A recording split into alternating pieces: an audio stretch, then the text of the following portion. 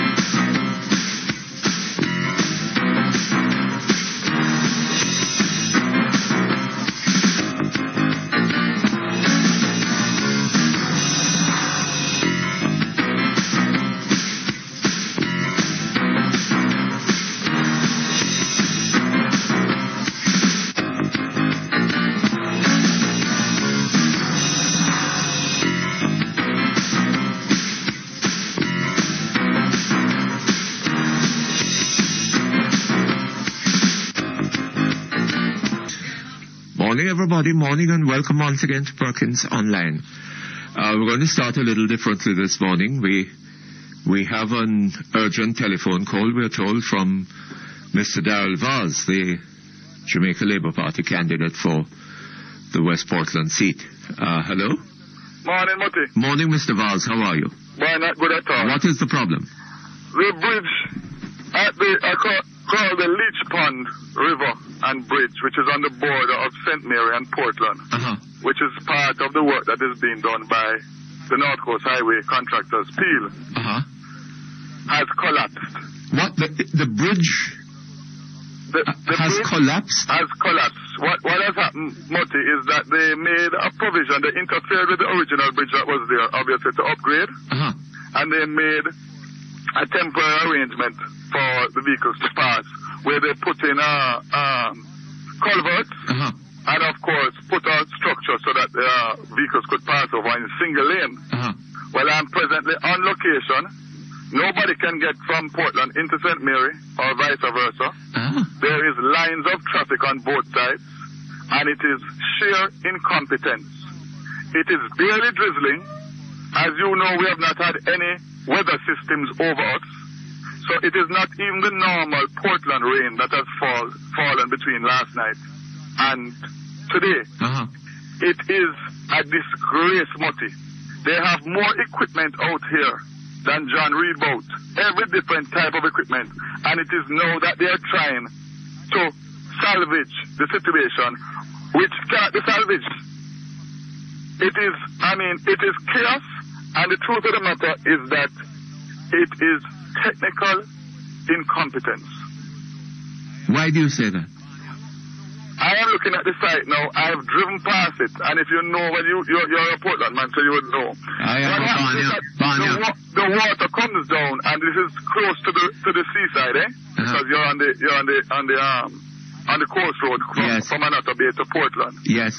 So what happens is that it's almost like a pond that they have created, and they have not provided, from layman's term, sufficient drainage for the water to go out to the sea. I have passed here several times and seen the water within inches of coming over in heavier showers. Yes. And all that seems to have happened is that it is the rain over the period has obviously undermined the integrity of whatever they have done. And these are supposed to be, remember we had the experience in St. Mary, you know, with the bridge down here, which the people are still suffering from. Yes. And I can only say to you, Mutty, that I have to call for a complete audit and assessment of the work that these North Coast Highway people are doing, because in my own mind, they are concentrating more on politics than the technicalities that they should be dealing with. And I want to get to that as well. But let me tell you something. If you would see the people out here in the drizzle, all of them want to go about their business to earn a living and to do whatever they are doing, and have to be standing up here on either side, and the cars parked on either side. This can't be right, Mutty. But look here, when you say they're concentrating more on politics and the technicalities of their business, what do you mean by that? Mutty, I don't know if you saw a release I made last week about the work that was being done on the Portland leg of the North Coast Highway and asking for some level of transparency. Let me explain to you what is happening. I spoke to the Member of Parliament, Errol Ennis, last week, who came on radio and shared my concerns about the equity of the work that was being done in Portland in relation to the St. Mary people as against the Portland people. They have brought over a number of people from the Portland leg from the St. Mary leg into the Portland leg, depriving the long-suffering people of Portland of well-needed jobs. Yes. We agreed on it. He asked me to call the Mr. minister. Ennis and you agreed on it on radio? Agreed that it was not being handled properly. Oh. He asked me to speak to the Minister Pickersgill, which I did, to back up what he had spoken to him about and confirm that I felt the same way. He said to me, Minister Pickersgill, that he was going to look into it and he'd get back to me. On Monday of this week, Mutty, I received a call from Buff Bay to say that there's a meeting with the North Coast Highway people carrying on as they speak to me, which was about 7 o'clock Monday night. So I said, that's impossible. I know that the minister would never act in that manner, neither would the MP in good faith. Well, so said, so done. What do you think happened? They had the meeting under the auspices of the Buff Bay Development Committee, which is chaired by the PNP councillor caretaker for the Buff Bay Division. And at the head table was the chairman, the councillor for the St. Margaret's Bay Division, who is Rickman Thomas, and no other, all the way from Manchester, but Vander Palmer, for which I have a card for Vander Palmer as the public relation consultant for the Peel Group in Jamaica. For the what group? Peel, the North Coast Highway people, PIHL. Peel, however you want to call them. So when I inquired from my councillor in Buff Bay, who is a sitting JLP councillor, she said she got a call that day from the Buff Bay Development Committee inviting her to a meeting with the Social Development Commission and NEPA in relation to a development plan for Buff Bay. What do you think they did? They brought the work, the North Coast Highway work, under any other business and had representatives from Peel, both overseas representatives and the local liaison people, including Vander Palmer. So Vander Palmer was dealing with work in West Portland. So it has been a disaster from day one.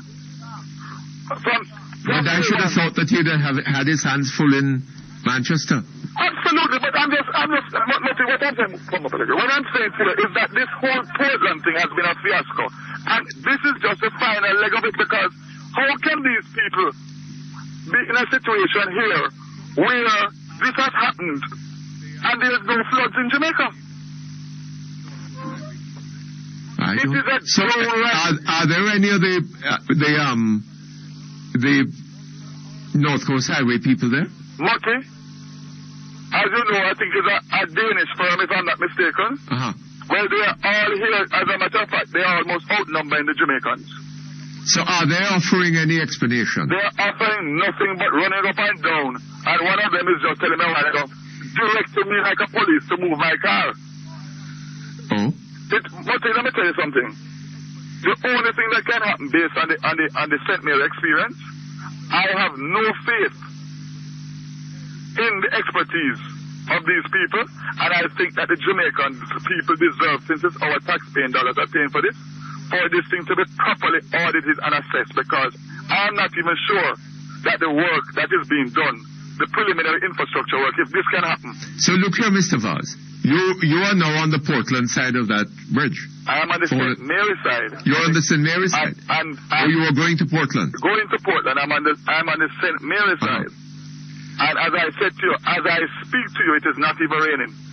Well, it looks to me as if you're going to have to come back to Kingston and drive through Newcastle or through Morant Bay, through Yallas. You seem to forget that Newcastle is blocked. Newcastle is still blocked? That Newcastle is blocked and has been blocked. from 2004. Uh-huh. Oh, that piece of land that fell away on the piece of road that collapsed. There's about 4 or 5 slippages up there. There's about 4 or 5 slippages between section and Buffet proper. Oh, is that so? That are still not restored? No, that's not a priority for this government. That is where the people live. That's the interiors. They're only concerned about fixing the highways for the SUVs. Or for World Cup. And World Cup. But let me tell you, Mutty, I am here and I can tell you something. That this is, I'm only sorry. Well, I'm sure you'll see it on the TV tonight because the media is here to see what has happened here. Uh-huh. A downright disgrace. But so, Mr. Vaz, to get back into Western Portland, you're now going to have to go through Yellis. That's exactly correct. I'm going to walk across the bridge or the makeshift thing. And somebody pick you up. And have somebody pick you up on the other side. They have to pick me up, and for me to get home tonight or tomorrow, then I'll have to go St. Thomas and come all the way around. But that's me. I'm just on the campaign trail. What about the people that make their livelihood on a daily basis? And the people that run their taxi, and the kids that have to go to school. What is the volume of traffic that is held up there now? The traffic on both sides is at least a mile long. Oh my God. Because obviously it's a Wednesday morning and everybody wants to go about their dutiful business. Yes. So I mean, but I don't know what to tell you, Mutty. I really honestly don't know what to tell you. And the truth of the matter is that from this thing came across the border, it started off as a disaster because not even transparency in relation to sitting down with the representatives and saying, now listen, the work is going to entail 120 people. I'm going to need 10 driver, 10 tractor driver, 25 flag people. You guys sit down, discuss it among yourselves, and come up so that we can make sure that the thing is done equitably, because this is the first labor-intensive work that has come to Portland in a decade. So you have thousands of people that want work. All of them can't get. Hold on just a moment for me, please, Mr. Vaz. Workers in the light and power industry, the JPS Employees Co-op Credit Union is you and your family's best bet for attractive loans and investment options. The time by the JPS Employees Co-op Credit Union, your financial partner for life, is 10:15. Smells great, tastes better. Your favorite Dr. Luscious and Tasty Baked products. Delve into our delicious Dr. Luscious cheese bread, pineapple cake and raisin cake, and our tasty Tasty orange, coconut and cherry cakes. Available at all major supermarkets and stores island-wide. Fresh, savory and mouth-watering baked brands. Dr. Luscious and Tasty line of products. Baked and distributed by Breads and More Limited. 27 East Street, Old Harbour. Telephone 983-0644. Dr. Luscious and Tasty Baked products. Just what the doctor ordered. You're listening to Perkins Online, the Thinking Person's Talk Show. Our phone numbers are 968-4901, 968-4902, 968-4903. Our local toll-free line is 1-888-991-4072. Or you may call our international toll-free line, courtesy of the People's Telecom of Jamaica Limited, winners of the prestigious Jamaica Milestone Award on 1-866-LINK-106. That's 1-866-5465-106. You can also log on and listen to Perkins Online live on the World Wide Web free at www.go-jamaica.com. Now back to Perkins Online on Power 106 FM.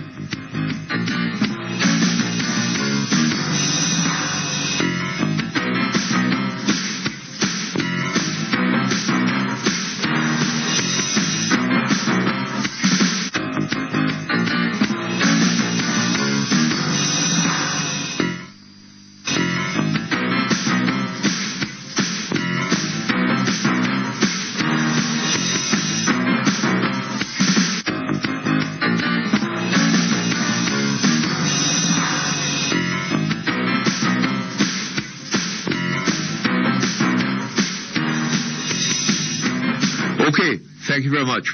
We're back with you, Mr. Vaz.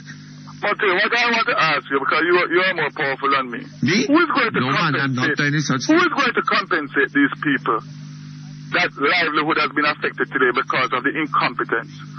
You need to take it up on behalf of these people and speak to somebody, including the minister, to get an explanation. After what happened in Port Maria, not even 6 months ago. Yes? Well, we're hoping to have the minister in another couple of... Oh, Mr. Harry Douglas. Oh, he's here. Hold on a little bit. Hello? Early this morning. Hello, Mutty. Hi, Pip. How are you doing? What you want with me now? Eh? What you want with me now, Mutty? Look here, you don't hear what's happening in St. Mary? Yes. Yeah? When I want to come look for you, anytime you call me, I know you have something up your sleeve. Yes. Because I know you're not going to talk about the bridge. Well, is the bridge, I hear Mr. Vaz is here telling us about the bridge. Okay, yes. I tell Jamaica about it long time. What? The bridge? Which bridge are you talking about? This is the one that spans the little Spanish River at Dover there, which part of the parish of mines. Uh-huh. It washed out between last night and this morning. We have torrential rain here, you know. Torrential rain? Yes, man. But Mr. Vaz is just telling me that it's barely drizzling. Mr. Vaz, we are in town. I am in the heart of my constituency. Uh-huh. I went to the bridge. I'm on 4 miles. I'm now out on Anatabia. Uh-huh. Yeah, man. You want to hold the phone, make you hear the rain? And the zinc tap. But Mr. Where's Darrell? Darrell is in the studio with you? He's right there online. Darrell needs to come in, Darrell. I'm right at your bridge. Because it is, what is happening here is typical of what is happening all around. Yeah. But Mr. Douglas, Yes. when was this bridge put up? No, the little bill, that's the detour, you know. Eh? They are taking out the whole bridge that's there. It's part of the highway. Yes. The North Coast Highway. Yes. And they have moved that whole road, that bridge that was on the whole road there. Uh-huh. So what you have was a detour. Yes. Yes. But maybe then about 2 or 3 weeks ago, maybe it could be 4. When Darrell don't drive through the hills, he drive across it, so he can tell you I don't go up into his constituency. I'd already for neck call him yet and take back the constituency. But Mr. Douglas, Yes. these people, this is the second bridge that they have constructed that has collapsed in this way. Yeah, but Mutty, you're talking to the wrong person. I'm the people's representative. Call the NWA where they have technical officers, engineers, and all these people. Uh-huh. But because me so easy to forget, now you're calling me out on the meeting. But I'm having an executive campaign committee meeting. I was wondering, Mr. Yes. Douglas, Yes. whether you were going to tell me Yes. that this was the parish council's responsibility. National Works Agency, who the people are contracted to. National Works Agency. Yeah, but Mutty, that's Darrell, you know. I don't know what Darrell said, but listen to the propaganda from Darrell. Uh-huh. This kind of rain, and you know the little Spanish River. Yes. Darrell, it's about what? 8 feet from the top of the road, and it's really in bad shape. It's in split. And it used to flood out the place, and nobody's flooded out. Uh-huh. Yeah. Well, when you're building bridge, you must hold on a bit. When you're building a bridge, I can't hear Darrell. You see me on a bad line, and I'm on a cell. Mr. Douglas, Uh-huh. when you're putting up a bridge, Yes. you know must put it up with all that in mind. You know make it for wash, right? But, Mutty, yeah, but listen, man, I don't trespass on things I don't know about, you know. Ah. Yeah, the National But you're not concerned about it? As civil engineer and things like that. Yes, but in your area Yes. of responsibility, Yes. aren't you concerned about this? I wouldn't say concerned if the bridge was finished, because this detour is a temporary thing. If the bridge that they are Yes, but it must be made safe and secure. You can't have people. Of course, Mutty. You can't have I think people it was secure. That's why at risk. we have no casualty. Eh? It's a great amount of inconvenience because you know that here well. To go to if you are in until now, Windsor Castle, to go to Kingston, you have to go to the whole of the other section of Portland, all of St. Thomas, and come into St. And that is partly because the bridge up, the road that goes up the Buffet Valley to Newcastle. You could go that way too, but no, you can't. I'm told that you can't. You can't? No. I don't know. Sections of the road collapsed 4 years ago in the hurricane. But And have not been restored. It has not been restored. They have repaired one section. There's still 3 left to repair. If I get cut off, it's because the rain falling so hard, I can't barely hear you. You're planning to get cut off? I have a laugh. And I listen to No, go on. I still hear you, but you're hearing in the background? But the road to Newcastle, Yes. 3 sections of it that collapsed during the hurricane 4 years ago have not yet been restored. Maybe there's some good reason to the National Works Agency, Mutty. Maybe you think there might be good reason for that? Yes. Like what? I don't know if I say I think so. Maybe them do have the money. I know, Mutty. Talk to the National Works Agency. They must talk to you. They're working on behalf of the people of Jamaica, and sometimes they have good reasons for things. Mr. Douglas, things are looking very bad, you know. Eh? I mean, this is the 3rd bridge in St. Mary that has collapsed within a matter of, what, a year or so? Well, Mutty, under construction, all kind of things happen, eh? Oh, yes? Yeah, man. That's how you people go about it? No, not we're going about it. We could go into a lot of things. I want to agree with you. That, you know, you agree with me? They should know. They should know. They should know the kind of water that comes through the little Spanish River, when it really is in spirit. You know, all of this should be taken into consideration. But the bridge should be constructed with this in mind. I am not disagreeing with you, Mutty. But you're talking to the wrong person. You're talking about, I am the Grandmaster. I'm not answering question. You're the Grandmaster. I've wanted to put me to answer other people's questions. But you and your colleague minister are the ones ultimately responsible. The colleague minister of civil service who are employed for that. He's not a civil engineer. But the responsibility is his. That's right. The buck stops with him. Yes, and he needs to deal with these people. So why you want to put me down in there now, Mutty? You want to just... I still come to for you, know. You want to just blow your hand, kick it. I still come to for you. I'm getting back in my meeting. Darrell, you need to call me, sir. Since you are one now, you know, but I remember that man is friend. It's all right, Harry. It's all right. Good. All right, Mutty, we talk. All right, all the best to you. Mutty, I don't need to say anything else. Harry Douglas, what he said a while ago speaks loudly to exactly why we're in the situation we're in. It sounds like that. I can't believe that he can be so jovial over a situation like this. Anyway, I'm here, Mutty, on site, so we talk later. Okay, all the best. All right, and I hope that these people, I see them jumping up and down all over the place, so I don't know what the hell they're going to do. All right, my brother, God bless. Okay, I hope they don't go and put up any temporary thing that will collapse the car under it. On it, you know. Okay, terrible state of affairs. All this is going on, of course, on the border of Portland and St. Mary. I heard the People's National Party's West Portland candidate, Mr. Vaz's opponent, last night on television, talking about the judgments that are being made in relation to Sister P's performance. He's saying that how could people be criticizing her when she has been in office only a year, and they seem to be expecting her to accomplish in a year what would normally take 5 years to be done. What needs to happen is that she needs to be given her mandate for 5 years, right?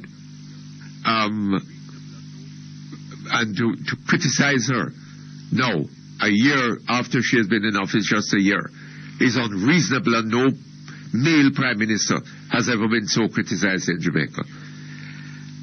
Mr. Dabdoob is talking rubbish, right? People are criticizing.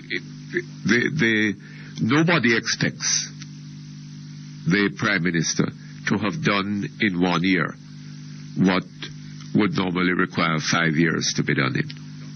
Nobody. But there are things that can be done in 1 year. And the argument is that she has not done those things. She said, for example, in her inaugural speech at King's House, that she was making a commitment to the Jamaican people to deal with the issue of human rights. That was her primary commitment. What has she done? What could she not have done in a year? Huh? There are things that she could have done to start, at any rate, to start the process. Has she done any such thing? Are human rights abuses not perhaps even greater today than they were before she took up office? So it seems. Look at the beating that was administered to Dr. Jeff Ford. Look at that incident that occurred in Mandeville yesterday, where a member of the Metropolitan Police, I don't know, that seems to have some connection with the parish council, handcuffed a man to a column in the hot sun and left him there for hours. And I heard a woman on the television saying how when she came there,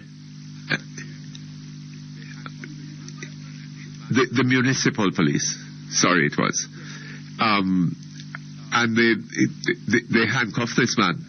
The man was desperate, and she had to go into his house and get a glass of fruit juice and feed him with it, right? And the police, the regular police, were called to the scene and they rescued him. But that man who did that ought to be somewhere in a jail cell now, it seems to me.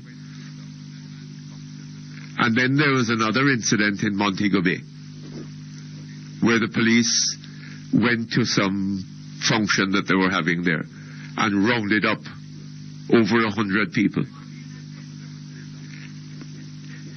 right? And took them to the station. And I believe that some of them are still locked up there. From what I see in the papers, I see that some 50 odd of them have been released. They had no reason for holding them. We take a break. We come back shortly. Ideal Portfolio Services Company Limited, creating wealth for our clients every single day. For expert stock portfolio management, foreign currency investments, and competitive returns, call Ideal Portfolio Services Company Limited, 960-639-024. The time by Ideal Portfolio Services Company Limited, 17 Ripon Road, Kingston 5 is 10:30. I remember when I was a printer like you, a old foot used to tell me about Carib cement and how it's the only cement you must use. You know what? You must write. True word, Mason. But now we have Carib Cement Plus, and that's at the lake. What you know about Carib Cement Plus, my youth? Well, first of all, it's fresh, and it's easy to work with, and you can count on the strength. And plus me more durability, more buildability, if you know what I mean. Sure, printer, you know easy. You just a true word about Carib Cement Plus. Carib Cement Plus, a commitment to more than just cement. At KFC, doing chicken right means we never take shortcuts when it comes to your meals. We stay true to our famous time-tested recipes and cooking methods using only the highest quality ingredients. Carefully selected, carefully prepared, and always served with a warm smile. Whatever it takes to make every customer happy, that's what we do. At KFC, we do chicken right every time.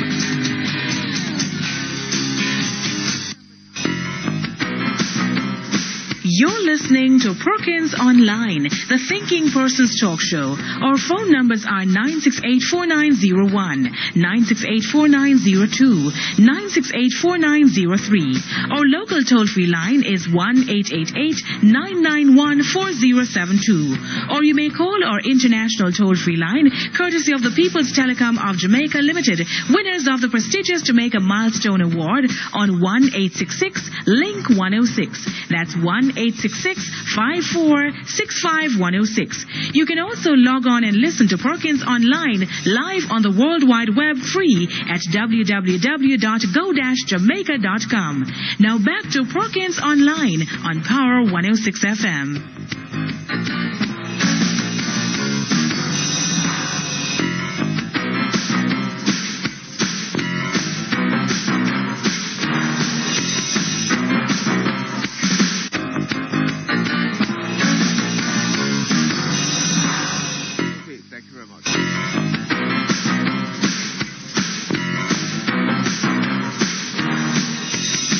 Okay, thank you very much. We're back online, and we have with us the President of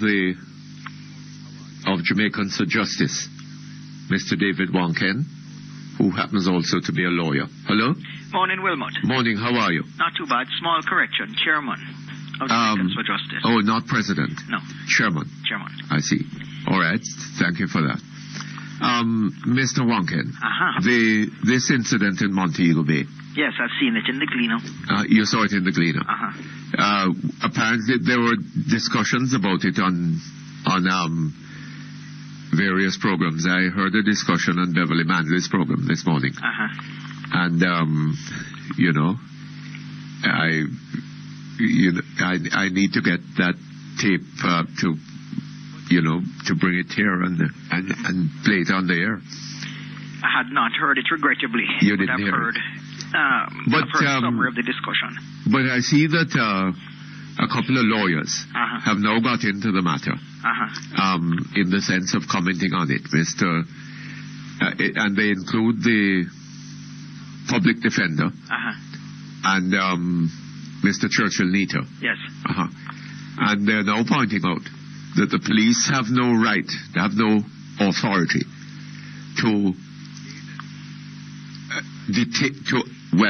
arrest anybody. Right. And or to detain anybody, right? For processing. Without reasonable cause, without having reason for believing that that person was involved in some illegality, right? Or if the person did something illegal in the presence of the police, right? But merely to walk into a place and round up 100 people and take them to the police station is wrong in law. I think that the report in the newspaper, Mr. Witter's assessment is correct. Yes. Of the law. He's far more eminent an attorney than I am. I beg your pardon? I think he's far more eminent an attorney than I am. Oh, is it? I see. And I think his assessment is correct. I wonder, though, Wilmot, when I read the paper, how different that was, if at all. The rounding up of the 109 people, how different is it, if at all, than what occurred to Dr. Ford? Yes.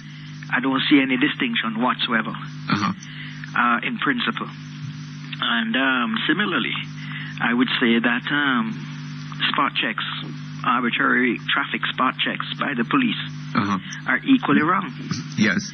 Because there's no suspicion, there could be no reasonable suspicion involved in a spot check. Unless people are prepared to speak out. Yes. And to do something. It's going to continue. But Mr. Wonken, is it any different from what happened to Agana Barrett and those 47 other persons? None at all, Wilmot. And these are the connections that we have to make. We have to understand that these are wrong actions, and they're poor substitutes of bad police intelligence.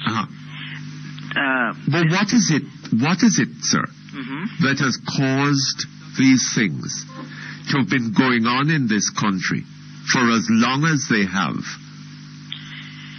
and nothing done about it? No government. If I can venture this, Wilmot, this started out in paranoia back in the 70s. Yes. With the Gun Court Act, where there were two Jamaicas, and still are two Jamaicas. And the Suppression of Crimes Act. The Suppression of Crimes Act that gave police unreasonable power. that created the gun court. Yes. That allows citizens to be tried in secret Yes. by a judge alone. Those are things that we cannot, as a society, tolerate. And it might sound terrible to say this, Wilmot, but I believe it to be true. That unless we can protect the rights of the guilty, yes, we have no chance of protecting the rights of the innocent. Yes. And I heard a discussion recently, I think with you and Mr. Amos, that was horribly frightening. You know? It speaks about the police believing in their justification, in their right to treat citizens in the most arbitrary fashion. With the excuse that they're fighting crime. Yes. No, the society doesn't do anything, it seems to me, because they seem to think that this action, this end, justifies the means.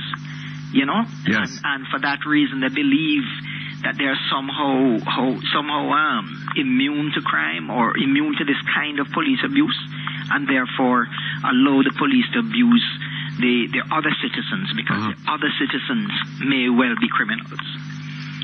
I get the impression, Mr. Wonken, that one of the things that is happening is that the police are at their wits' end. No, I think the police are entirely out of control. Well, they're out of control. But part of the reason for it is that they are at their wits' end. The crime, they have no control over what is going on in the field of crime, right? Mm-hmm. And it almost seems as if they have no competence. Their competence is inadequate. Well, they can't deal with the problem. We're speaking about the police now as an institution. As an institution, right? And you have, I mean, I've heard police officers talking and talking about I mean, I heard that one on Beverly Manley's program this morning, and I wonder how he came to be a police officer. Well, what is frightening about that kind of a discussion, from my understanding of it, is the police officer's apparent genuine belief in his actions being right. Yes. Being correct. Yes. That is what's bothersome in Wilmot. It is, yes. Because it really speaks to the administration of justice in this country. And whilst I applaud to some extent the imputation, if you like, of police officers, because they bring technology, they bring different methods with them. You know, first world. But the technology is still vastly inadequate. Yes, but hang on. If you look at what is happening in that Wilmot case. Yeah, but hold on a sec, Wilmot. Let me finish this one point. I think that there's some value to the imputation of police, but superimposing them on the system that we have, the framework that we have, will amount to nothing. Yes. It will be a massive waste of time. Yes. We have to have a fundamental reform of the police force and of the justice system generally. Tinkering with the justice system will not help. Tinkering with the police force will not help. We need a fundamental overhaul of the entire criminal justice system. I think we need more than that, Mr. Wonken. I keep saying on this program, and I make no apology for repeating it, that the real problem is that our minds are riveted to the paradigm of the plantation. May well be right. We are prepared to believe that when the police beat a Dr. Ford, it creates a great deal of attention and uproar in the country, and expressions of concern and so on, right? When the police, but every day the police beat people in other areas of Jamaica, right? And there is no fuss about it. That's right. Right? Except that the people in the area, or they do things to those people. And maybe the television stations pick it up on there. You see things of people on the radio, on the television, pictures of them, talking about injustice and how they want justice and so on. But those very people, when a similar thing happens to somebody in some other area, they are not concerned about it. Well, Dr. Ford himself is a good example. Yes. I had not heard Dr. Ford speak out against abuse of any other citizen until his event. Yes. And whilst he's recovering, etc., I still haven't heard him make any comment since his pledge to become an advocate against police abuse. Already his story is dying, Wilmot. It's dying. It's falling off the chart. If it were not for persons like yourself. Well, I don't know about me. No, I'm not being flattering. No, Carolyn Gomes. Well, I mean, Jamaicans for Justice and Jamaicans for Justice Dr. generally, Gomes, I think, are exceptional. But if it were not for people like yourselves, Carolyn, yourself, and other radio programs, I mean, Dr. Ford's issue would be long gone. Long gone. And it is, in fact, what you're just saying. We seem to have this feeling that it's going to affect somebody else, not us. And therefore, keep yourself quiet. No. Well, up to now, have you heard the Minister of Justice? Begin with the Minister of National Security, the Minister of Justice, the Prime Minister, saying anything about even that Ford issue? Nothing at all, Wilmot. Nothing at all. And I think even more important for me, I want to hear... sorry to interrupt you, Mr. Wonken, but I cannot forget that the Prime Minister said at King's House, when she was inaugurated, that her first commitment to the Jamaican people was to do something about this problem of human rights abuse in this country. Well, Wilmot, a lot has been spoken about the trustworthiness of our leaders. And quite frankly, having our Prime Minister, having heard her make that statement, and having believed in what she had said, and having seen that nothing at all has been done. Well, I tell you something. I wonder about her. The day after she made it, I had Carolyn Gomes and Yvonne Sobers on this program. And they were ecstatic about it. Wilmot, it was a cause for great celebration at Jamaicans for Justice. Me included. And this is why I have to question the trustworthiness of what the Prime Minister said. This is a fundamental thing to human rights groups like ours. But what has she done? Has she done anything at all? Well, you're taking me into the politics. No, it's not politics. It's not politics in a partisan sense. There's nothing wrong with politics. Right? Politics is about how we organize to run our affairs. Police, you can't survive without politics. I beg your pardon? I say, like the police, you cannot survive without Absolutely. politics. Absolutely. Hold on just a moment for me, please. Barco Caribbean Limited, the prestigious manufacturers and distributors of high-quality household products. Products such as Super Bright Ceramic Cleaner, Super Pine Disinfectant, and Chlorite Bleach can be found island-wide in all leading supermarkets and grocery stores at very affordable prices. The time by Barco Caribbean Limited is 10:45. Today's weather brief is brought to you by Suddenly Slender Jamaica Limited. Doctors say 65% of us are overweight. Get help now. Do you have fat thighs or calves, flabby arms, double chin or crow's feet, baby tummy that won't budge or unsightly cellulite? Well, visit Suddenly Slender and experience the magic of mineral body wraps. Would you like to be slimmer? Lose 6 to 30 inches? Suddenly Slender. Shops 14 and 15 Hilton Kingston, 920-1139 or 997-1909. Now for today's weather brief. There's a mid to upper level trough in our area. This morning and afternoon, look for cloudy conditions with scattered showers and isolated thunderstorms, especially over eastern areas. Over the next 3 days, expect partly cloudy conditions with scattered showers, especially during the afternoons. The information for today's weather brief was supplied by the National Meteorological Service of Jamaica. Today's weather brief was brought to you by Suddenly Slender Jamaica Limited. Feel better, look better, improve your health. Call 920-1139. Ricky want to set up the house with the best from top to floor. But when him open up him wallet and him looking at the money, him sorry him never have more.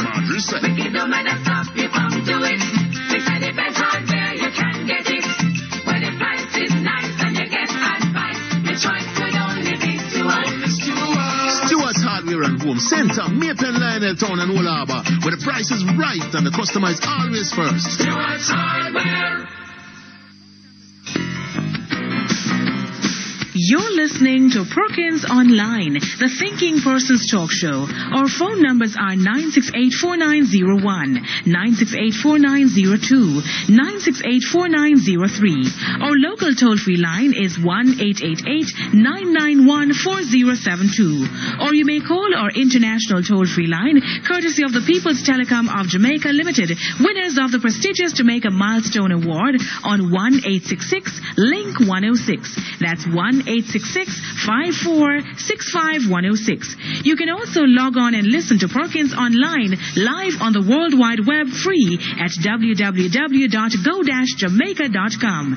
Now back to Perkins Online on Power 106 FM.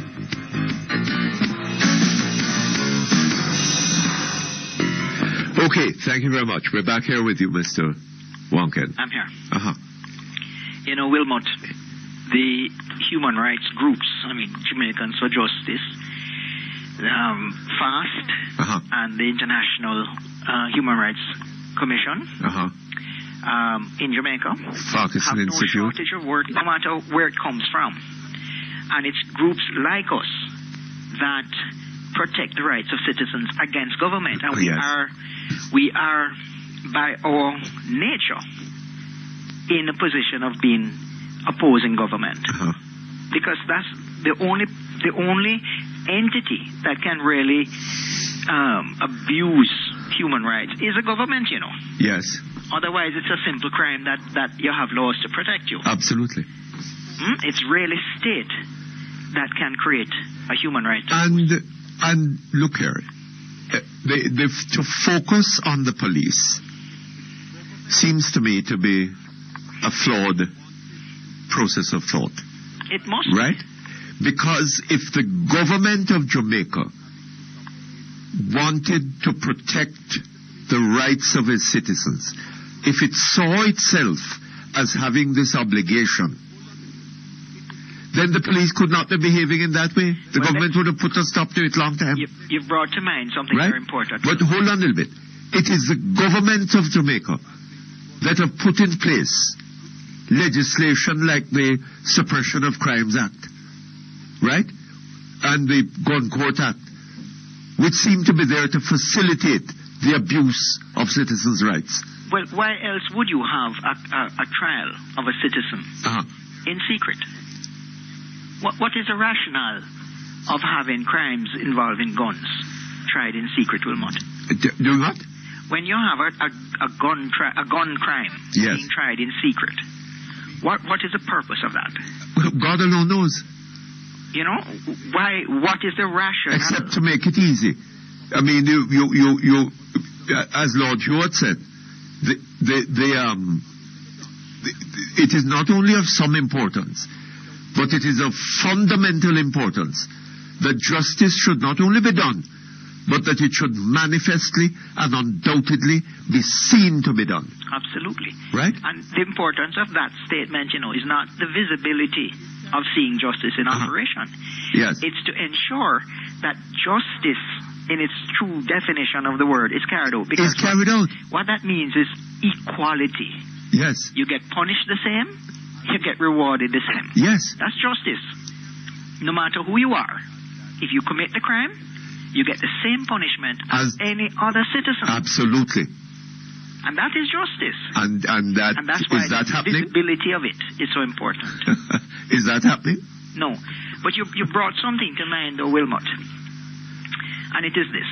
I heard the Attorney General a couple of days ago, I think it might have been a news clip, speak about laws that exist that would make policemen liable to compensate their victims. Yes. And we're talking about the victims of police abuse. Yes. He went on to say, but they're not being enforced. Uh-huh. Now, what is the rationale for that? I heard him mention that perhaps the reason for that is because of how poorly the police were paid. Yes. So where does that take us? Because the government is broke, can't pay the police officers correctly. Uh-huh. It imposes a cost of defense, etc. Compensation. Upon the people of Jamaica. On the people of Jamaica. That's a tax. Yes. It's not only a tax, but it is a tacit encouragement for police to go ahead and do whatever it is they choose to do. But you and I are strongly opposed to the abuse of the rights of people. And yet when some policeman goes and abuses the rights of a person, and that person goes to the court and gets an award, you and I have to pay for it. Not only do we pay for the award, Wilmot. Yes. Not only do we pay for the award, but we pay for the police officer's defense. Yes, indeed. Now, how does that make sense? The absolute rubbish. It is an encouragement, it's a facilitation of continued state abuse. And the people of Jamaica, are the only ones who can change that. Yes. Because the government doesn't have the propensity. No, the government isn't concerned about that. To change that. No. Unless they start beating up the Dr. Fords of this country. And that would be another matter. Groups such as FAST and IJCHR and JFJ are critically important. Yes. Critically. And it's nonsense to say that we're anti-police, we're anti-government. Yes. What we are is pro-human rights. No, so we are concerned about the human rights of all citizens of this country. Including criminals. Including the police. Including criminals. And including criminals too. Yes. Including criminals. Yes. Because criminals also have rights. But you know, Mr. Wonghead. Just one more point on this, if you'll allow me. A lot of who we call criminals, we have forced into that situation. Absolutely. We can't provide them with jobs. Yes. We can't provide them with a means of providing for their families. Uh-huh. We can't provide them with hope. And when at the end of the day, our police go and shoot somebody who they suspect to be a criminal. Yes. That policeman becomes a criminal. Yes. That policeman is a gunman, Wilmot. Yes. He's no longer a police officer. And he continues to be a police officer in Jamaica. But the thing is this, he's no longer functioning as a police officer should. A policeman should. Because a policeman is there to uphold the law. And you cannot uphold the law by acts of lawlessness. You become a criminal. Yes. When that policeman takes money from a driver of a motor car so that he's not issued a ticket, that policeman is a criminal. Well, again, sir, the policeman is pressured into that position. May well be. Because if he were paid a tolerably decent salary, he would probably not be doing that. And I agree with you 100%. Right. And thus the analogy, Wilmot. Maybe the crimes are different. Yes. Maybe the gunman takes the gun, robs a bank, shoots a person, whatever. He's a criminal forced into that position oftentimes, not always, oftentimes because of his economic circumstances. In the same way that the policeman will take money from a driver. Both criminal acts, Wilmot. Yes, that is what is going on at the bottom. What is going on at the top? But until we need to concern ourselves with that too. Until the average citizen understands that these things affect them in a very direct way, and support people that they see are victims of this. Yes. then it's just inevitable. Like Dr. Ford. Yes. For one day. But you know, sir, eating. you know, people like Norman Manley and those who around him who were helping in the creation of a Jamaican constitution and a new Jamaican governmental system, they seem not to have any understanding of what was the purpose of government, you know. Yeah. Right? It never occurred to them to go and look at the literature, the abundant literature of the American Constitution. Right? And to look at that definition of government that Jefferson gave in the Declaration of Independence, which is the best that I know of. I agree with you. Right? I don't necessarily agree with the Americans on how they behave. Well, no, in a lot of ways, there is ground for disagreeing with them. But the fact of the matter is that they have what is probably the best constitution in the world. Now, if we are creating a constitution, we should go look at that and see what government is about.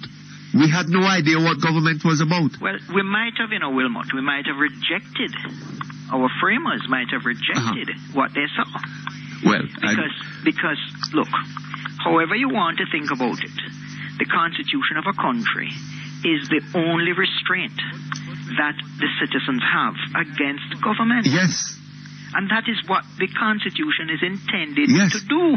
But the Norman Manleys, I mean, I leave Buster out of it because this was beyond Buster's reach, right? The Norman Manleys and the David Cores and the rest of them, right? They had no concern with the rights of the people, to protect those rights. Look at what the Constitution says. Chapter 3. The fundamental rights and freedoms, right? And Section 50 of the Constitution tells us what? That a bill that violates any provision of Chapter 3, the fundamental rights and freedom, is nonetheless law, provided that in passing through Parliament, it has the support of a 2/3 majority of each house. And Norman Manley signed his name to that. and in a situation, where the discussion over the framing of the Constitution wasn't that is in a situation where the discussion over the Constitution wasn't a heated battle. Yes. We had Rockley in front of us. Or they had Rockley in front of them. They could have made this into anything they wanted. The trick, of course, is going to be, how do we change it? How do you change it? And that... Well, you must recognize the problem first of all. Yes. But I want to change it. I just wanted to say, though, Wilmot, that the only way it's possible is if the citizens of Jamaica make it possible. Not the government. Yes. The citizens have to be sufficiently dedicated to the purpose. The people of Jamaica. The people of Jamaica. The people of Jamaica have to begin respecting themselves. And to stop thinking that their plight in the world is because is Jamaica this. Yes. No better, no that. Absolutely. Absolutely better life is here in Jamaica for all of us, Wilmot. Absolutely true, sir. There is no reason on earth why Jamaica... the life in Jamaica is as hard as it is. This is a product of bad management, of bad governance, and a lack of participation by the citizens of this country. And not just bad government, a contempt for the people of Jamaica by anybody who finds himself in what he considers the Great House. Right? Anyway, sir, thank you very much. You're most welcome. All the best to you. Make it Cake World for freshly baked products, bread, picture and character cakes, pastry, buns, and more. For a delightful taste, visit Cake World, LOJ Shopping Center, Spanish Town, and shop number 9, Premier Plaza. Telephone 920-3570. The time by Cake World, creators of picture-perfect party cakes, is 11:01. I'm made the right decision when I shopped at Rock's Distributors. I got a super deal on my jacuzzi, steam shower, kitchen and bathroom cupboards, doors, cushions, electronic gate opener, cable supplies, and more at unbelievable prices. They even gave me free consultation.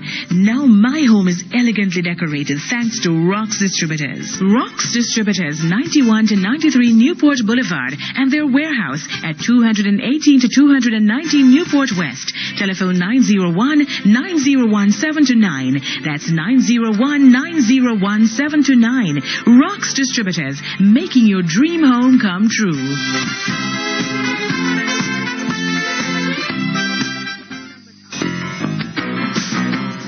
You're listening to Perkins Online, the Thinking Person's Talk Show. Our phone numbers are 968-4901, 968-4902, 968-4903. Our local toll-free line is 1-888-991-4072. Or you may call our international toll-free line, courtesy of the People's Telecom of Jamaica Limited, winners of the prestigious Jamaica Milestone Award on 1-866-LINK-106. That's 1-866-5465-106. You can also log on and listen to Perkins Online live on the World Wide Web free at www.go-jamaica.com.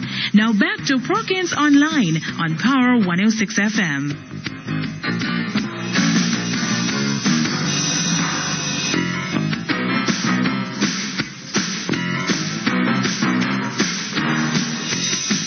Okay, thank you very much. We're back here online. Hello? Hello? Hello? No, I'm not hearing anybody. Hello? Yes. Oh. Hello, yes? Yeah, Mutty. Oh, Mr. Chuck, how are you?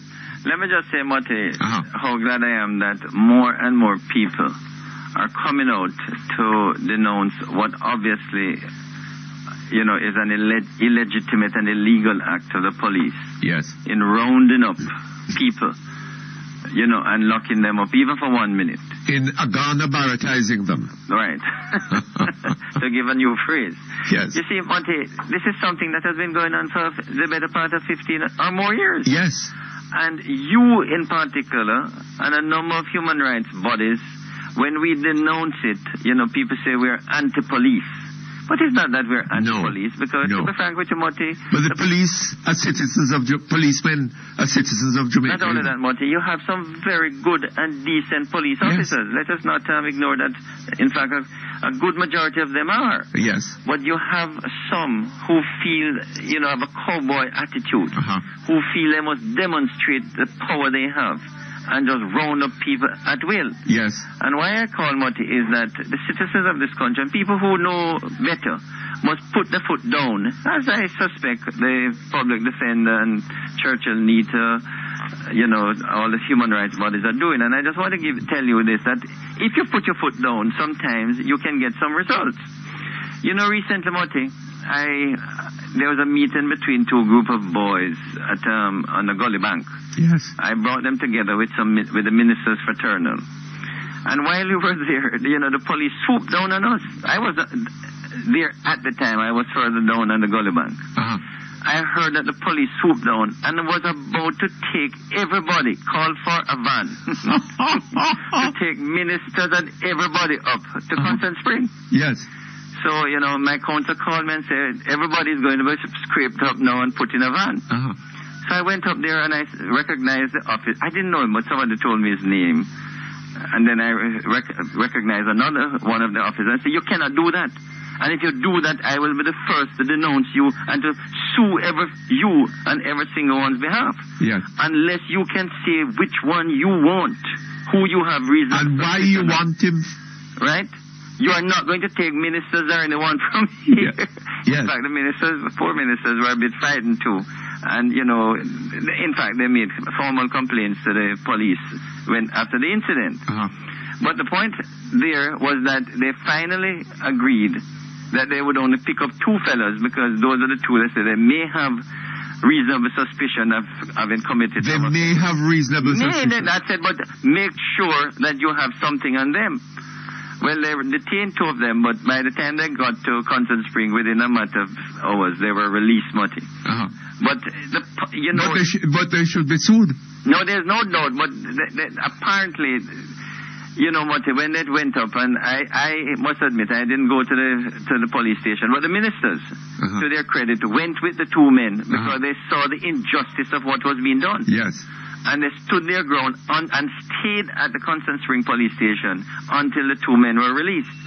This was sometime ago, sometime last year, I believe it was, Mutty.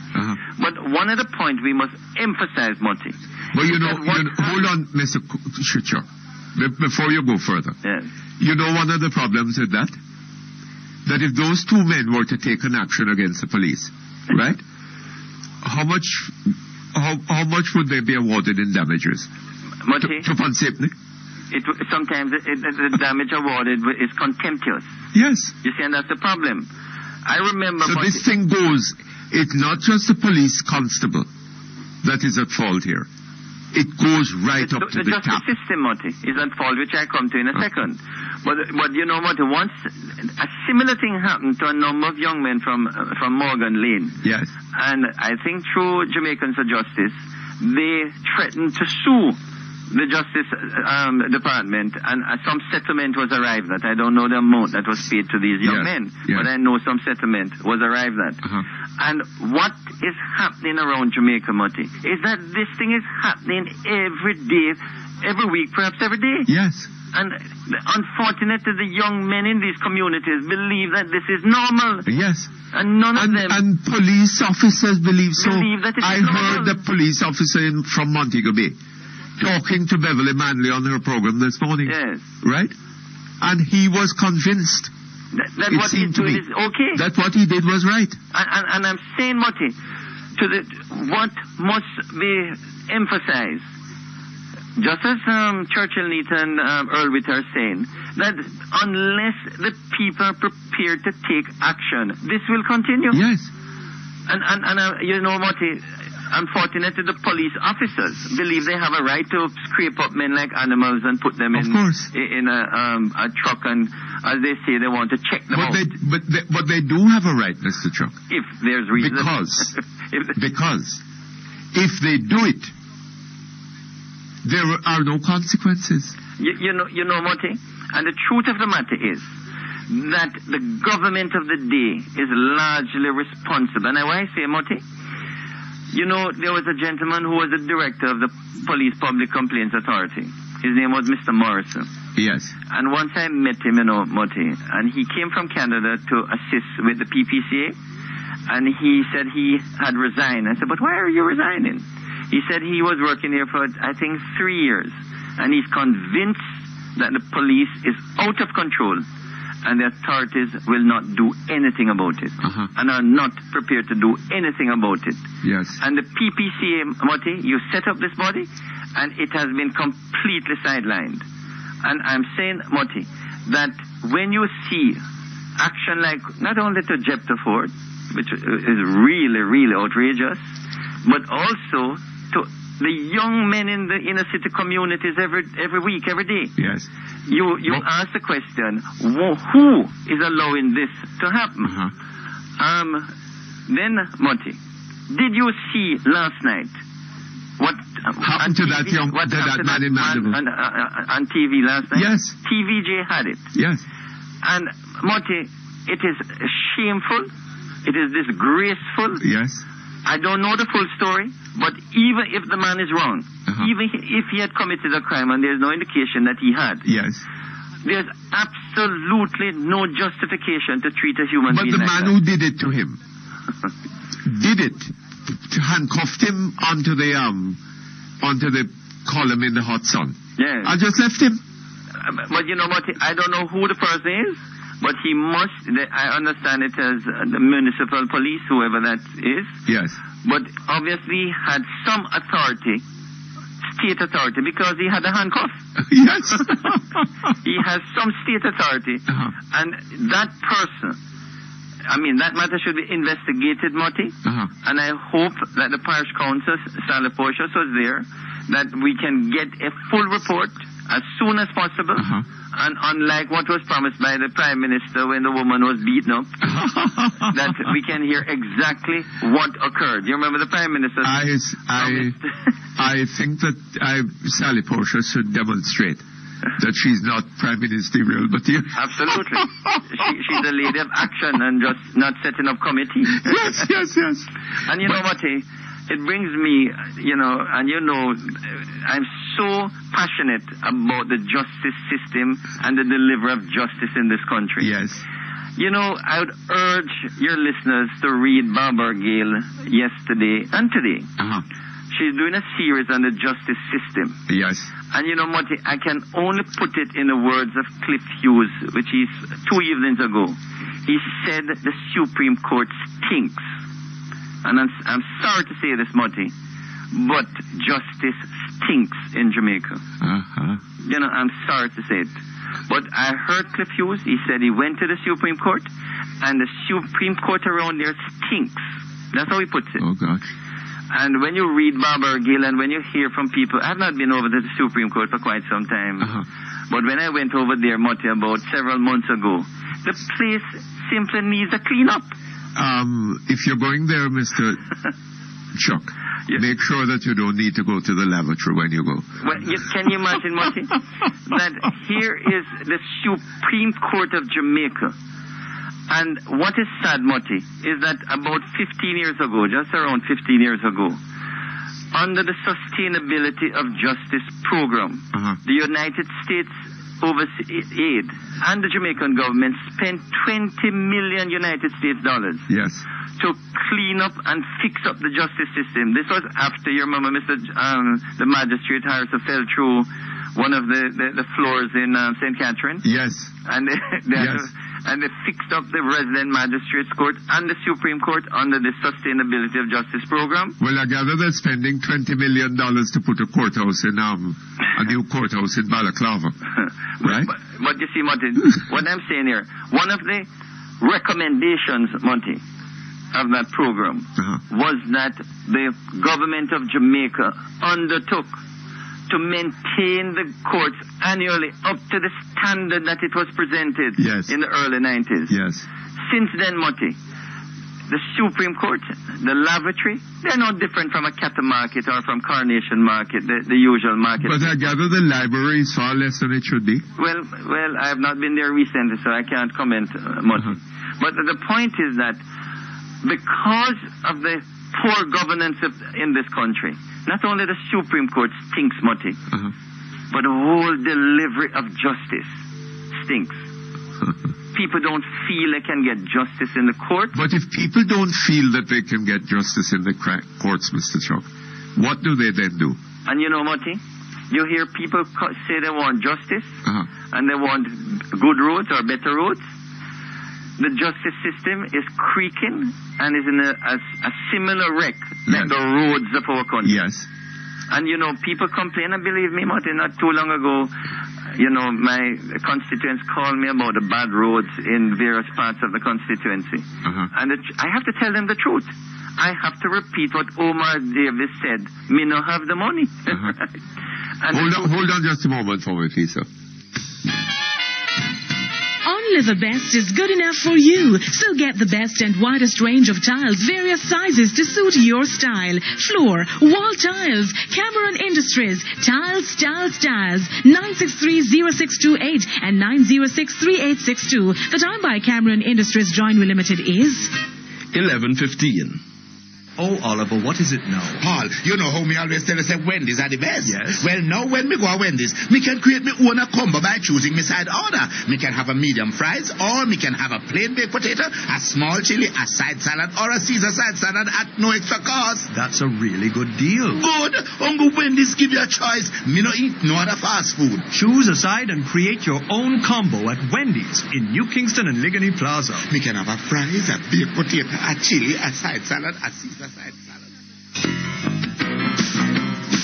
You're listening to Perkins Online, the Thinking Person's Talk Show. Our phone numbers are 968-4901, 968-4902, 968-4903. Our local toll-free line is 1-888-991-4072. Or you may call our international toll-free line, courtesy of the People's Telecom of Jamaica Limited, winners of the prestigious Jamaica Milestone Award on 1-866-LINK-106. That's 1-866-5465-106. You can also log on and listen to Perkins Online live on the World Wide Web free at www.go-jamaica.com.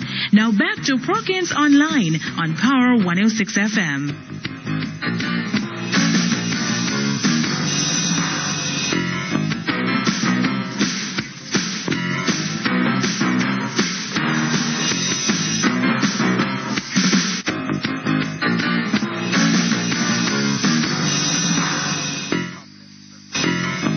Okay, thank you very much. We're back here online. Yes, Marty. Uh-huh. Talking about, we're talking about, the whole problems in the justice system. Yes.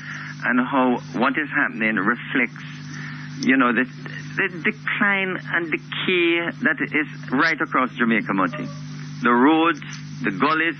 I heard you with Daryl Vaz, the bridges are now falling apart. Huh. Everything seems to be falling apart, Marty. And the center cannot hold. You like to quote to tell your listeners about Singapore. Uh-huh. Today there was a small little news report out of Singapore, where the senior minister Lee Kuan Yew is now urging his countrymen to tolerate homosexuality. Uh-huh. Because they're normal human beings. Yes. Fine. And he now wants Singapore to be a tourism mecca. Uh-huh. Mutty, Singapore, as you know, is about the size of St. James. A little bit bigger. A little bit bigger. Yes, but the people live on half the size of St. James. Uh-huh. And they have 4.5 million people, Mutty. Yes. And they get in excess of 8 million tourists per year. Yes. Now, can you imagine? In excess of 8 million tourists per year. Yes. And their per capita is closer to $40,000 US dollars. That's my understanding. And yes. ours is probably around 4,000. No, it's less than that. And Mutty, in 1970, we were on the same path. Absolutely. On the same path. But you know the difference, Mutty? Countries of the world, and Singapore started that out, other countries like Ireland and a few African countries and the rest of the East Asian tigers have recognized that, to put it in a simple language, Mutty, for a country to succeed, businesses must succeed. Yes. Mutty, a country cannot succeed unless, as Butch Stewart says, it has a business-friendly environment. Yes. Because, Mutty, unless business succeed, you don't have the taxes from which you're going to get the resources to fix the justice system. Not only that, sir. And fix the roads. That is a way of providing people with opportunities. Jobs and opportunities. Yes. And, people complain that the JLP is more business-friendly. But believe me, Mutty, I'm proud of that. Yes. I'm not afraid to say that a Labour Party government has to be business friendly. The small businesses, the farmers, the shopkeepers, because they are the ones who provide the services and the opportunities for people to succeed. They create a demand for labour. Absolutely, and an opportunity to create wealth. And unless businesses succeed, the employees, the labourers, and others cannot get the jobs and opportunities. So then, Mr. Chuck, let me ask you this. What does an incoming Labour Party government do about the justice system in the context in which we have been speaking? The first thing, Mutty, is that whoever is the justice minister and whoever is the national security minister will have to get together and send the clearest message to members of the police force that excesses will not be tolerated, and urge the powers that be that as soon as someone engages in police excesses, they must be sanctioned appropriately. Mutty, When Trevor yes, but Macmillan, how is it going to be determined? I'm going to show you, Mutty. When Trevor Macmillan, I'm not saying that, that it must be done in every single case, but when Trevor Macmillan was Commissioner of Police, as soon as a credible allegation was made against a police officer, Trevor Macmillan suspended or put that police officer out of frontline duty. Do you know that as soon as the next commissioner came in, Francis Forbes, he reversed that policy immediately? And that, you can see, Monty, that when a credible allegation is made, it is only fair that that police officer should be taken off frontline duty until a proper investigation where he can be exonerated for him to go back on frontline duty. And who is going to do that proper investigation, Mr. Chuck? But it has to be, Mutty, an independent body. And as I've said, and believe me, it is the party's position that the PPCA, that the Police Complaints Authority, must have the necessary resources, must be given the independence and everything to ensure that they can come out with a quick report on all allegations against police. But it is easy to talk about independent. How do you ensure that this body is independent? Well, and not only independent, but proficient. Well, Mutty, this is where leadership is important. If you are in charge of a body and you set them targets, you say that unless you can give me a report within a month, and they fail to do it, then and you don't take the necessary action, then they will continue to be nonchalant about anything you ask them to do. Yes, but you also need for them to be proficient. It's one thing for them to submit a report. Yes. It's another for that report to be acted on. To be properly done. Well, Monty, the point is that when I speak to members of the PPCA, their problem is that they can get nothing out of the police, who are the ones they're investigating. Yes. And I said, but that doesn't make sense. They get no cooperation from the police. And to my mind, Mutty, if the PPCA is a supervisory body investigating the police, they shouldn't need cooperation from the police, Mutty. They should have the authority to go in and get all the information to investigate as much as possible from day one. But what is happening is that when they ask the police for information or for assistance, they're completely ignored. And that is, at least that is what they told Derek Smith and myself up to a year or so ago. And it seems to me, Mutty, that we need to give that body the sort of authority and power to take over the investigation of all allegations of police misconduct. Not only that, but we have Mr. Amos saying that the police must be very careful what they say. Monty, this country, Monty, has to make up its mind whether it wants to be a civilized country or it wants to be engaged in anarchy and chaos. And if we have people who promote anarchy, who promote, indecency, and who are not condemned, then we're going to get what we deserve. Absolutely. And it seems to me that the people of this country need to make up their minds what sort of country we want. But there also has got to be rigidly enforced rules concerning the handling of the crime scene. Oh, undoubtedly, right? The police can't shoot a man and then go all over the court. I mean, as happened at Britain, for example. Yes. Right? And to some degree, according to evidence that was presented in court by policemen. Yes. At Crawl. But Monty, where a gun was brought in, according to this police testimony. Right? And one wonders, no, but my view, Monty, you see, that one has to lay down a regulation. Yes. That when police is engaged in any shooting or any person has allegedly been killed by the police, that the police officer in charge must call the PPCA within the hour, within minutes, to take over the investigation. And if that regulation is breached, then there must be a sanction. Yes. In other words, I'm saying that within minutes, within an hour, whoever is in charge or from whichever police station, they must call an investigator from the PPCA to take charge of the crime scene. Yes. Because unless that is done, you don't know what is going to happen. Uh-huh. But Mutty, that is something that we are going to emphasize again as we make our presentation in Parliament in preparation for the next election. Oh, well. Okay. So all the best to you. All right, sir. Thank you very much. Hello? Hello? Hello? Hello? Hello. Yes, good morning, ma'am. Good morning, Mr. Perkins. Uh-huh. First time on your program. Oh, I'm so happy to have you. Okay. I have a problem here. I have a brother. Pity you had me waiting so long. It's no problem. I know it goes. I have a brother down by the Tower Street Institute. Yes. And he's there from 1980. The Tower Street Institute? Yes, sir. You mean the prison? Yes, sir. Oh, uh-huh. Okay.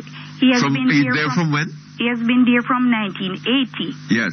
When we first know that he was there, because what happened, he was going off his head. Yes. So he came along by us at the time. I was very young.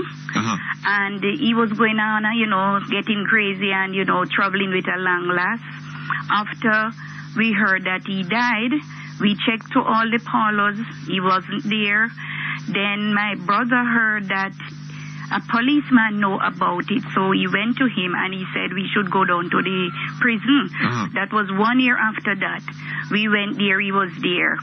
And he was there, and at that time I was so young, I didn't even think of how things going on like now, because my mother had 9 of us. I am the smallest one. Uh-huh. Anyway, in about 6 years ago, I wrote a letter to the Governor General, because when I asked him what he has done to be there, he said they gave him a Governor General ledge. That was the sentence that he got. Governor General's what? Ledge. That's what he said. Governor General ledge? Ledger. Eh? Yes, that's what he said. Uh-huh. Anyway, I wrote to the Governor General. He wrote me back and said I should wrote to, at that time it was Honorable Peter Phillips. He wrote me and said I should write to Mr. A.J. Nicholson. I wrote to him. He didn't answer me back, but he sent the papers down by 5 King Street at the Correctional Center. Uh-huh. They called me. They interview me. They question. They take statement. They do everything. I haven't heard anything. They went to the country where my mother lived with a sister who was taking care. They asked her if he got out, if she would see that he got his medication. Uh-huh. She said yes. Anyway, when I went and looked for him, when I asked him if he had getting any medication, he said no. Anyway, they said that they are going to give him a doctor check.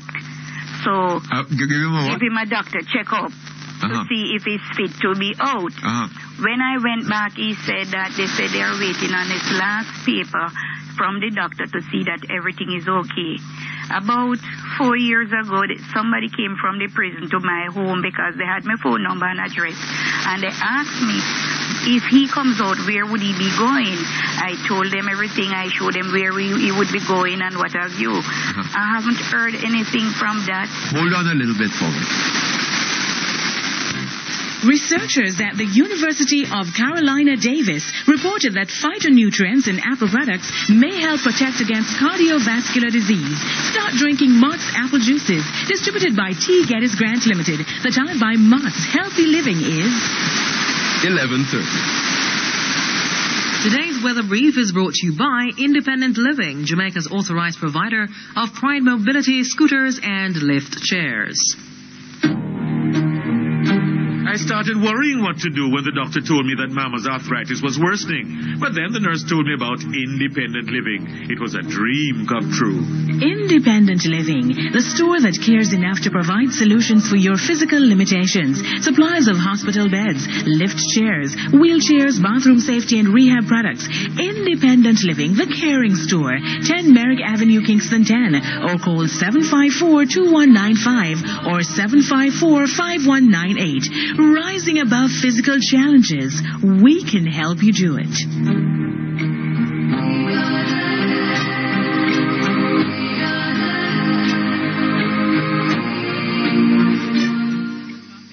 Now for today's weather brief. There's a mid to upper level trough in our area. This morning and afternoon, look for cloudy conditions with scattered showers and isolated thunderstorms, especially over eastern areas. Over the next 3 days, expect partly cloudy conditions with scattered showers, especially during the afternoons. The information for today's weather brief was supplied by the National Meteorological Service of Jamaica. Today's weather brief was brought to you by Independent Living, Jamaica's authorized provider of Pride Mobility scooters and lift chairs.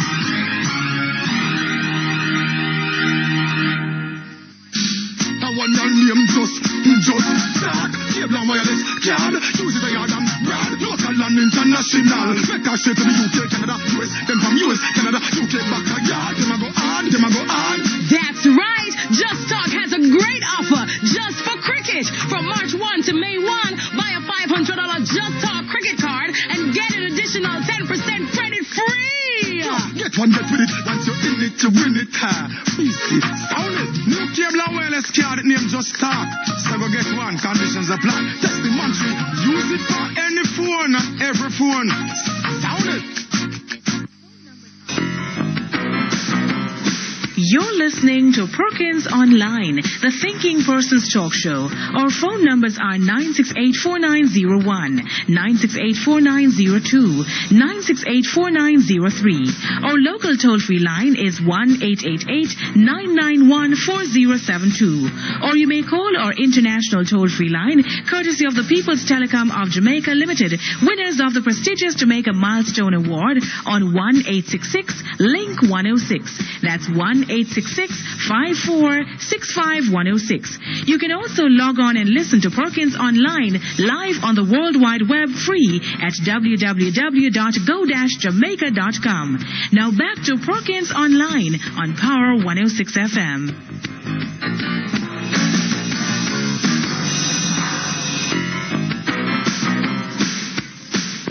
Okay, thank you very much. We're back here online. Hello? Yes, sir. Yes, Mom. Yes, sir. So what really struck me is that I went to visit him on Monday. And when I heard he said he's longing to be reunited with his family, you know, that thing struck me a lot. Because knowing that he's there, he hasn't been to court or anything. That's what he told me. He has never been to court? That's what he told me, because when he went there, then he was of an unsound mind. To me now, he's perfectly fine. Because when I went to visit him, and anything I tell him, when I go back, he can always tell me. Because when they were looking for my address and so, is he who gave them it, because I wrote it on paper and give him and said if there's any problem, let they contact me. And hold on, Mom. Hold on. What are you telling me? When was he first put in prison? 1980, sir, he told 1980. me. He was remanded in 1979 and he was sentenced, he said, 1980. That is 27 years ago. Yes, sir. And he's 65 years now, sir. And he has not been to court? That's what he told me. Because if he went to court, no family know anything. We don't know anything. Because, as I said, he was there for 1 year before we know that he was down there. And from there, when we started visiting him, and to be honest, sometimes I don't went to visit him even for some months. Because and hold on. there were times when I worked and he's mentally unsound. Mentally yes. unfit to plead, presumably. Yes. Right? Yes. And so you lock him up in the penitentiary? Yes, that's what they did. And nobody contacted the family to say, well, he's there. It's just we have to go around and find out until we know that he was there. And then when I visit him, and sometime when I went, they said, look how long he's here, what you doing? And that's the way I started to write and to do things, and then still it's going nowhere. It's going nowhere. Up to Monday when I went there, one of the warders said to me, but this is a long time, why you don't check human rights? You see, because to be honest, the family really don't have to get a lawyer or anything, you see. But I mean... Look, Mom, I hope that you're wrong here and that this isn't really... this isn't true. Yes, this is true. This is true, sir. God. His father died and he don't even could say go and visit Good Coleman or anything. His father died 3 years now. Look here, I tell you what.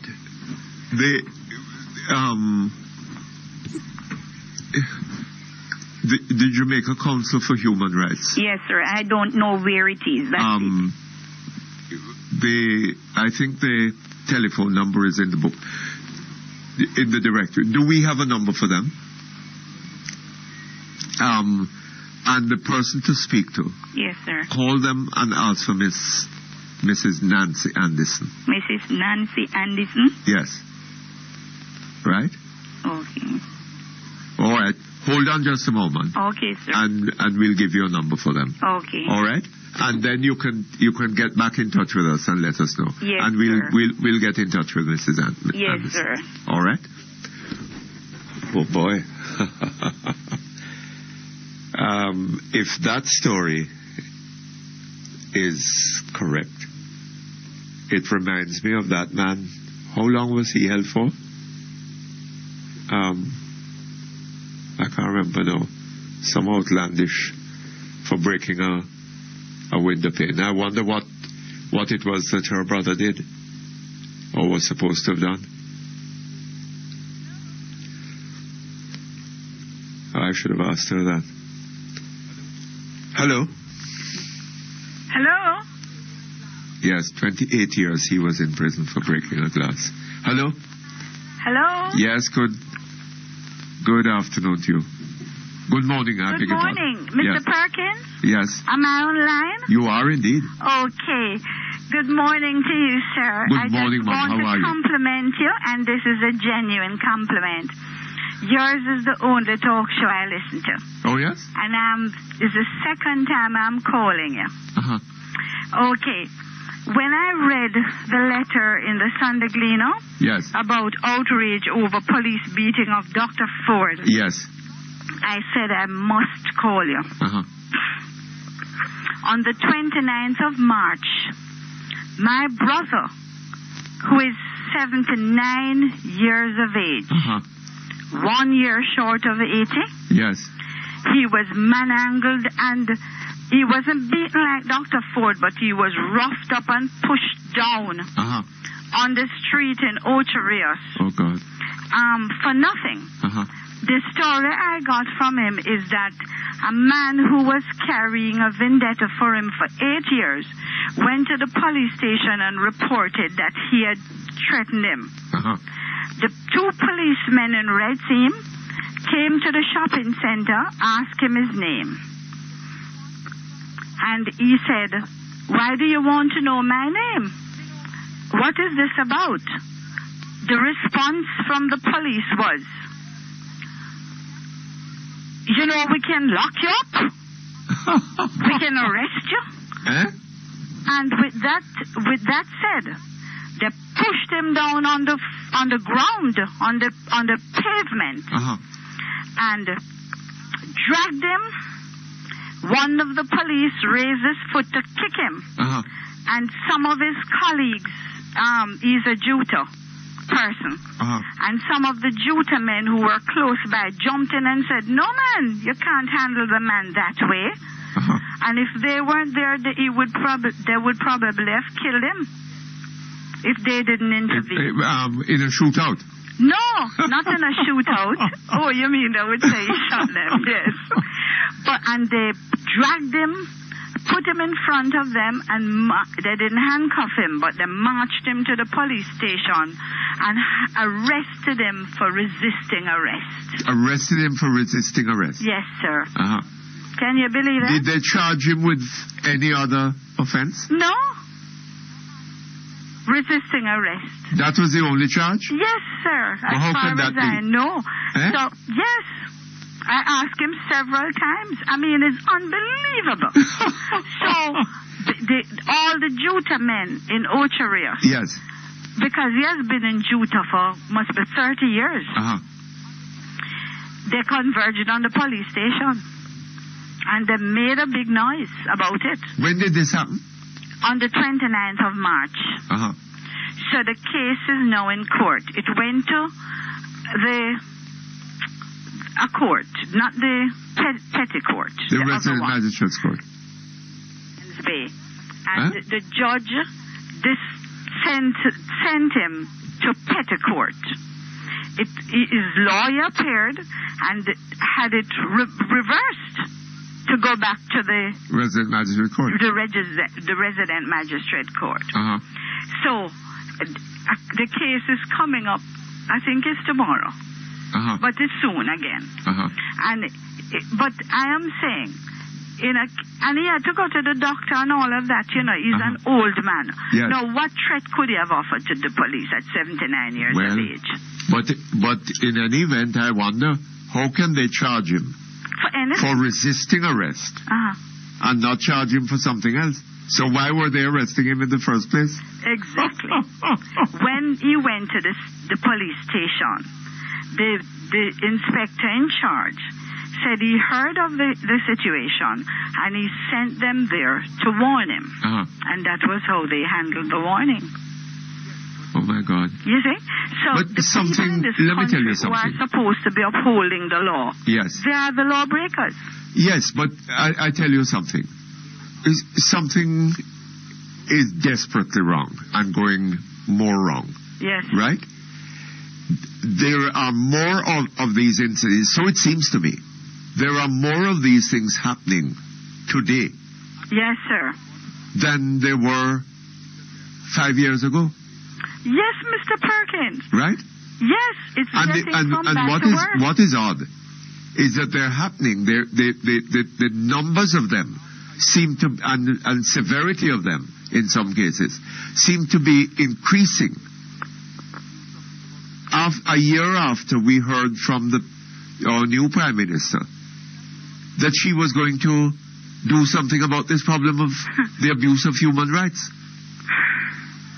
This is a lawless state. The situation in Jamaica is really grim. Well, really grim. It can't keep on. I had a bad experience with the police some time ago myself. I am now 68 years of age. And when this happened, it was like about 5 or 6 years ago. I drove up from Halfway Tree, up Hope Road. Yes. To make a left turn on Waterloo, right by Devon House. I took the lane, the middle lane. It's a four-lane road. And I took the middle lane on the left. It had just rained, but most of the water had run off the road already. And the police waved me down just as I make the left turn at the traffic light. Yes. The light was on red when I got there. And I stopped, and then I drove off. I don't even think I was doing 20 miles an hour. Plus, I was in the middle of the road. And this policeman waved me down. When I stopped, I had my air conditioning on, so the windows were up. Yes. And I didn't know he was really stopping me because the signal he gave wasn't a clear one. So when I realized he was stopping me, I pulled over. So I wound on the glass and I said, "Yes, officer, what is it?" "I'm charging you for reckless and dangerous driving." So when I questioned him to find out what did I do wrong, he said I splashed some people on the sidewalk. I wasn't even close to the sidewalk. So I said, "Okay, where are the people? Could you bring them and let me see?" And he couldn't bring anybody. And that man held up my time there for over half an hour to convince me that I was guilty of the charge. Anyhow, he gave me a ticket. And that was it. I never went to any court. But just to show you. You didn't go to court? No, sir. What you did? What? You paid the ticket? No, I didn't go. Because I didn't do anything wrong. Hold on. You didn't pay the ticket? No, sir. And you didn't go to court? I didn't go. No. Be careful. They might lock you up for that. Well, but look at what the situation in Jamaica is with all these gunmen and crime. And I'm not saying that they're not... Hold on a moment for me. Medical Associates Hospital, providers of quality healthcare for over 47 years, providing lab, x-ray, pharmacy, emergency and general care services. Let Medical Associates provide you with the healthcare you need when you need it most. The time by Medical Associates Hospital is 11:46.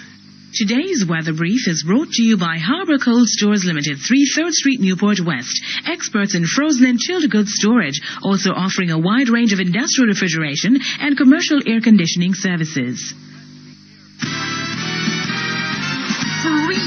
Let the experts at Harbour Cold Stores Limited, 3 3rd Street, Newport West, take care of your frozen and chilled goods at the right temperature. They're experts in industrial refrigeration and commercial air conditioning services. Harbour Cold Stores. Call 923-9031. Now for today's weather brief.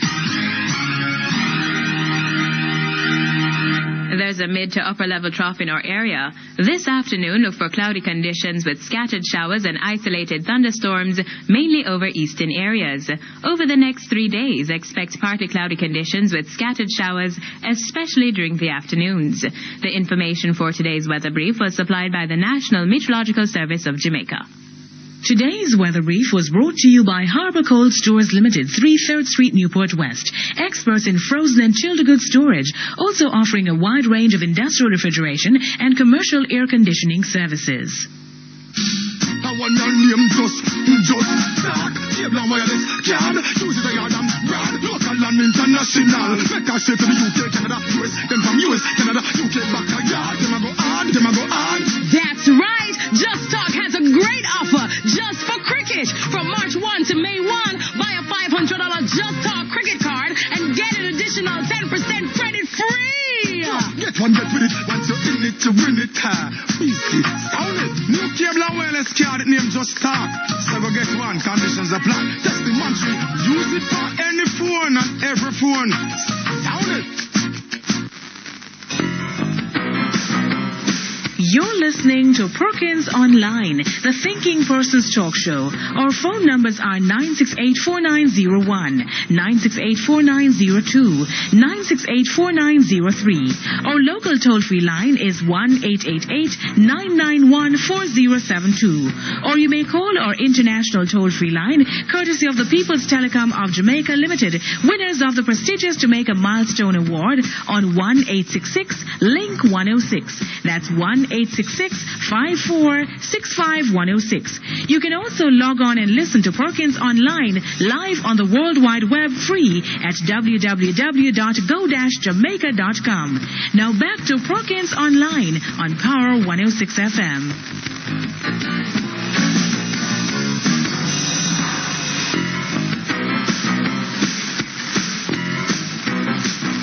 Okay, thank you very much. We're back here online.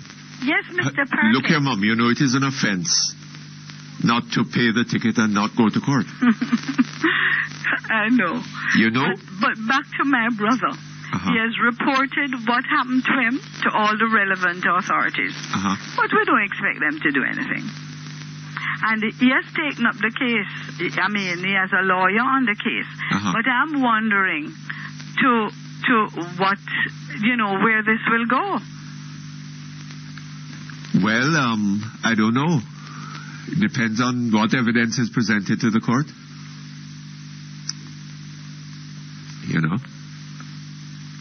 And if they take Mr. Amos's advice and properly coordinate their story. Yeah, but if he's to sue, who would he sue?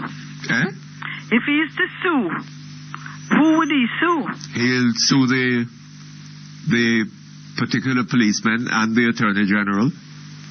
Oh. But what is his chances of winning? His chances of winning? Well, I don't know. As I say, it depends on the evidence, But he has a lot of evidence, a lot of witnesses were there, and some have come forward. Then he would seem to me to have a case. You think he has a case? Yeah, I should think so. Well, I hope so, because you know that every time a lawyer appears for you in court is all $15,000 and $20,000. So I hope and pray he's not just wasting his money. On top of it, he had to be going to the doctor because he's still in pain. Yes. From the manhandling he got. He's still suffering. And he had to go to the doctor several times and have x-rays done and all of that. Isn't it interesting? The country didn't notice anything about his case as it noticed Dr. Jeffrey Ford. I didn't hear that, Mr. Perkins. I said the media, the country paid very little attention. No, he didn't publicize it, He didn't publicize it. But I asked him if I could call in, because you see, you have to look at the repercussions, because they will take vengeance on you, Oh, is that so? Yeah, oh, yes. Why? Oh. Then if he didn't do anything and the police could do him this. Can you understand that if he tries to do something for those two policemen to be punished for what they did? Can you imagine? That is why a lot of people just take it and don't do anything. Oh, well. You have to think about that. And when I saw what they did to Dr. Ford, I couldn't believe it. And I'm saying to Jamaica, everybody who hears this today and had a bad experience with the police, call into you. Call your station and report it. Because a lot of us suffer a lot of injustices in this country and nobody hears about it. I couldn't believe how they treated Dr. Ford. He's my sister's doctor, and my sister is 85 years of age. Is that so? When I called her, she lives all the way in Portland. And when I called her, her son told me that from she got the news, she'd been crying. He's such a kind man. I understand that he and his twin brother, who is also a doctor, they help the poor people in the area. If they come to him for treatment and they don't have the money to pay, he doesn't turn them away. He still takes care of them. And you can have people like that in this country who's willing to help people and serve and have a heart of gold. And then the people who are supposed to be upholding the law in this country treat them like that? Yes, well, you can't uphold the law like that to begin with, And one might have thought that Sister P, having spoken as she spoke at her inaugural... I can hardly hear you, Mr. Perkins. I say the Prime Minister having spoken as she did at her inaugural, one might have expected that by now she would have been taking some steps. I'm hardly hearing you now. You're fading away. I don't know what is causing that, because I'm speaking directly into the microphone. Anyway, let us know what happened to the case now, tomorrow. Okay? Yeah, I'll call you again and let you know what the outcome is. But from all appearances, it's going to be a long, drawn-out court case where they keep putting off to frustrate him that, he will not continue it. That is a strategy that they work. I don't know. You understand that strategy? Let's hope. Hello? Let's hope. Okay. All right. Thank you very much. All the best to you. Okay. Hello? Hi, Mutty. Yes. Hi. How are you? Not too bad. How are you? My philosophical colleague. I wonder if that is an appropriate term. I should just say my friend, Mutty. That is more appropriate, don't it? Yes, I'm sure. Because since we have so many disagreements, well, maybe just could say my friend. And you are my friend, Don't feel any way. No. We just disagree on something. I don't mind people disagreeing with me. Concerning SS Superintendent Amos, right? Yes. When I heard the speech, Mutty, I said, boy, Mutty going to kill him on this next week. No, man. Why should I kill him? Because I know that what I'm saying was madness. Right? I know that I love the police. And, although I know that you always treat the police in a way different from the usual citizen. Why? By dealing with them in the sense of they are guilty until proven innocent. No. That's how That's how I observe it. I am sorry. I don't do that. Well, I get that, Mutty. No, anyhow, that's my observation. No. The policeman is deserving has the rights, same rights as any other citizen of Jamaica. I know you say that. Yeah. But how you normally treat their situation, I get that, and I told you that some long time ago. Anyhow. Well, I don't know what it is that I have done that gives you that impression. Anyhow, the point is that if a man at his rank and stinkability, let me put it that way, right?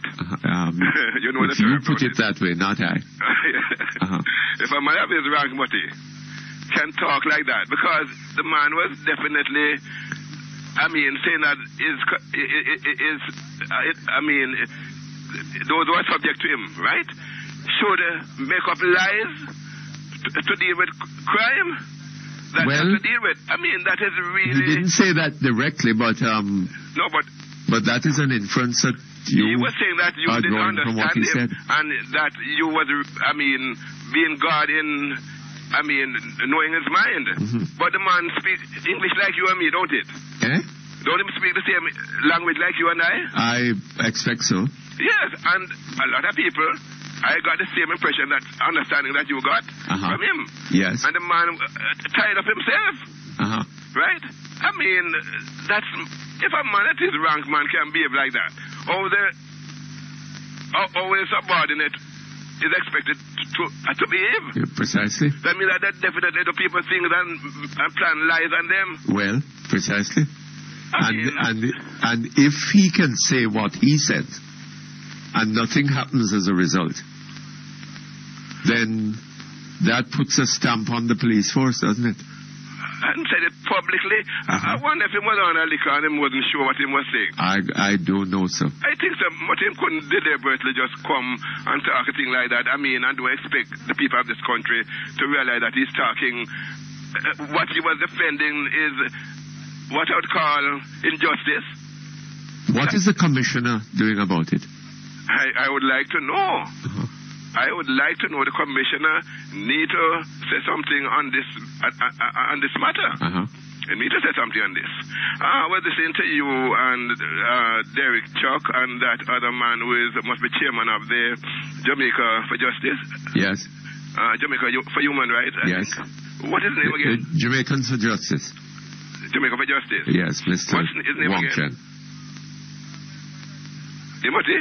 I can't remember his name. What's his name again? Mr. Wonken. Wonken, right.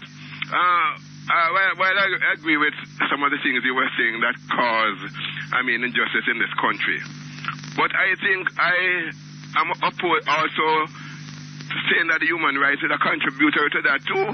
Oh, is that so? Yes. Oh, tell me about that. If they fail to want to enforce, the law. They don't want the law to be enforced. For example... They don't want the law to be what? Enforced. Who said so? For example, they're against the death penalty, and that is on the books. Will you agree with me on that? They want that law to be changed. But it is on the books and they are opposing. No, they don't want it to be enforced. Yes, but they want the law to be changed. Well, look here. Right? Mutty. They don't think there should be a death penalty. Mutty, the majority of the people of this country, 95% of the people, at least 90% of the people of this country, want the death penalty. They want the Cat-9 yes, sir. to be enforced. But 95% of the people of this country are also indifferent to human rights abuses when it isn't happening to them. I don't think so, you know. Yes. It's because of the impression that the human rights people give to the people. That's why the people appear all right, to behave like that. I'll tell you what. I'm afraid I have to go because it's time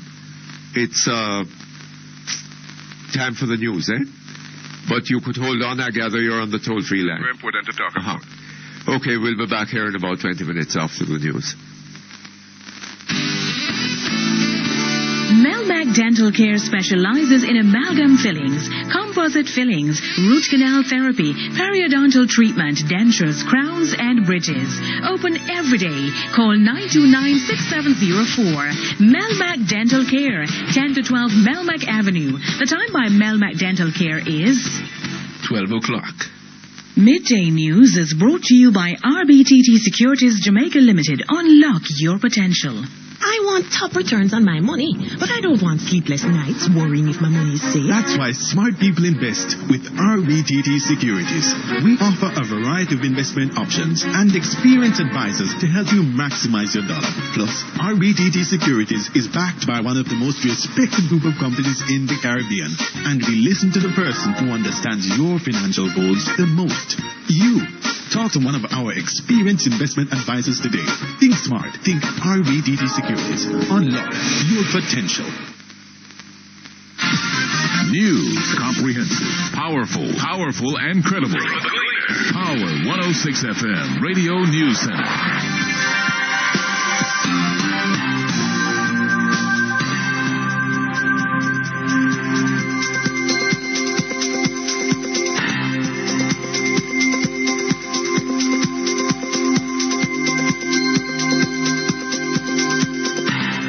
Good afternoon, I'm Stacey Ann Smith with Midday News on Power 106 FM from the Gleaner Power 106 News Centre. The police in St. Ann have identified one of the 4 persons killed after a truck in which they were travelling overturned on the Landover Main Road in the parish early this morning. The dead man is Rupert Lewin of Kingston, who is said to be the owner of the vehicle which was transporting vendors to Falmouth. Corporal Stacey Hawkins of the Constabulary Communications Network reports that the accident occurred about 12:15 this morning after the driver lost control of the truck. 12 persons, including the driver, were traveling in a white panel Mack truck registered CB1965 with 3 persons in the front of the vehicle and 9 in the rear. From information received, the vehicle was transporting commercial higglers to Falmouth Trelawney to sell their wares. Whilst descending a hill along the Landover Main Road, the vehicle developed mechanical difficulties. The vehicle then swerved to the right side of the road where it overturned into a ditch. The 9 passengers in the rear of the vehicle received serious injuries and were taken to the Finance Bay Hospital, where 4 were pronounced dead and 2 are admitted in serious condition. CCN Liaison Officer for St. Ann, Corporal Stacey Hawkins. The Bureau of Special Investigations, BSI, is probing the controversial shooting death of a 29-year-old man on Duke Street in downtown Kingston yesterday. Cyprian Davis, otherwise called Pung, was killed reportedly during an operation carried out by the Special Anti-Crime Task Force. The police report that on entering a residence on Duke Street, they were confronted by Davis, who pointed a gun at them. The police claim that they took evasive action and fired from their weapons, hitting him. They further report that a 9mm pistol and 24 rounds of ammunition were taken from him. However, residents contradict the police's version of the incident, and this morning they remounted roadblocks on sections of the roadway. A team of police personnel is now patrolling the community. The case involving medical doctor and politician Dr. Jeff Ford is to resume in the Gun Court Division on June 1. When he appeared in the Spanish Town Resident Magistrates Court this morning, Dr. Ford, who was wearing a bandage to the forehead, told the court that he was still in pain. He was allowed to sit in the witness dock instead of standing as is customary. Dr. Ford is charged with illegal possession of firearm and ammunition, shooting with intent, assault at common law, and resisting arrest. The investigating officer, Inspector Donrick Campbell, told the court that he was a patron at Dr. Ford's business place, Fun City, in Portmore on April 9, when he was summoned to the gate. He said he then saw Dr. Ford in an altercation with a police constable and he attempted to intervene. It had been reported that Dr. Ford was at his business place when he observed police personnel in an argument with his sister, who is a co-owner of the business. Dr. Ford reportedly intervened and was accosted by the police, who attempted to take his licensed firearm. He reportedly resisted and was taken to the Portmore Police Headquarters, where police personnel allegedly used a baton to beat him. A 56-year-old fish vendor was last night shot dead by gunmen at his home in Santa Cruz, St. Elizabeth. He is Hubert Price of Friendship Lane in Santa Cruz. The police report that about 8:30 last evening, explosions were heard, and on investigation, Mr. Price's body was found with several gunshot wounds and the throat slashed. The police have ruled out robbery as the motive for the murder, as they say more than $20,000 was found near the body. Investigators theorize that Mr. Price's death could have resulted from a long-standing feud with family members over land. The latest incident brings to 10 the number of persons killed in St. Elizabeth since the start of the year. You're listening to Midday News on Power 106 from the Gleaner Power 106 News Center. It's 6 minutes after 12. The Correctional Services Department has recommended that persons serving sentences for sexual offences be made to serve time up to the latest date of release from prison. The suggestion was made by Shirley Johnson, a representative of the department, during this morning's sitting of the Joint Select Committee of Parliament, which is examining the Offences Against the Person Act and the Incest Punishment Act. Under the current regime, applicants for parole may be released without serving the full term. They are only required to serve the full term if, during their incarceration, they commit additional offences. Trade union representatives and contractors of the Fiesta Hotel Group are now meeting at the Labour Ministry in an attempt to avert a possible shutdown of the hotel project at Point in Hanover. There are reports that the workers have threatened to take industrial action if several work-related issues are not resolved. Over the past few months, the Fiesta Hotel construction site has been plagued by several protests by workers who complain about their current salary structure and poor working conditions. During a riot at the site on February 27, one man was shot and several buildings set ablaze. Both the Bustamante Industrial Trade Union and the National Workers Union are seeking to represent about 500 workers on the hotel project. The National Works Agency, NWA, is advising that the main road leading from Onotta Bay to Port Antonio near the St. Mary-Portland border is now impassable. The agency says heavy rains over the last 12 hours have washed away the temporary roadway that was created in the community of Dover. The NWA says the roadway was created to facilitate the construction of a bridge as part of the ongoing works on Segment 3 of the North Coast Highway Project, which covers 96 kilometers from Ocho Rios to Port Antonio. Meanwhile, the NWA says contractors are on standby to have the roadway re-established. However, the agency says this cannot be done until the floodwaters in the Little Spanish River subside. In the meantime, persons wishing to travel to Port Antonio will have to do so via St. Thomas. Chairman of the human rights lobby group Jamaicans for Justice, David Wong Ken, is denouncing yesterday's detention of 109 persons by the police in Montego Bay, St. James. Between 3 and 5 in the morning, members of a police team reportedly went to a rooftop venue at a building on Barnett Street and arrested the men. Mr. Wong Ken has described the detention as an abuse of human rights, and according to him, the government should not allow the police to continue abusing the rights of citizens. A lot of who we call criminals, we have forced into that situation. We can't provide them with jobs. We can't provide them with a means of providing for their families. And when at the end of the day, our police go and shoot somebody who is suspected to be a criminal, that policeman becomes a criminal. That policeman is a gunman. He's no longer a police officer. Chairman of the human rights lobby group Jamaicans for Justice, David Wong Ken, speaking on Perkins Online this morning. At least 2 other prominent attorneys have condemned yesterday's action by the police.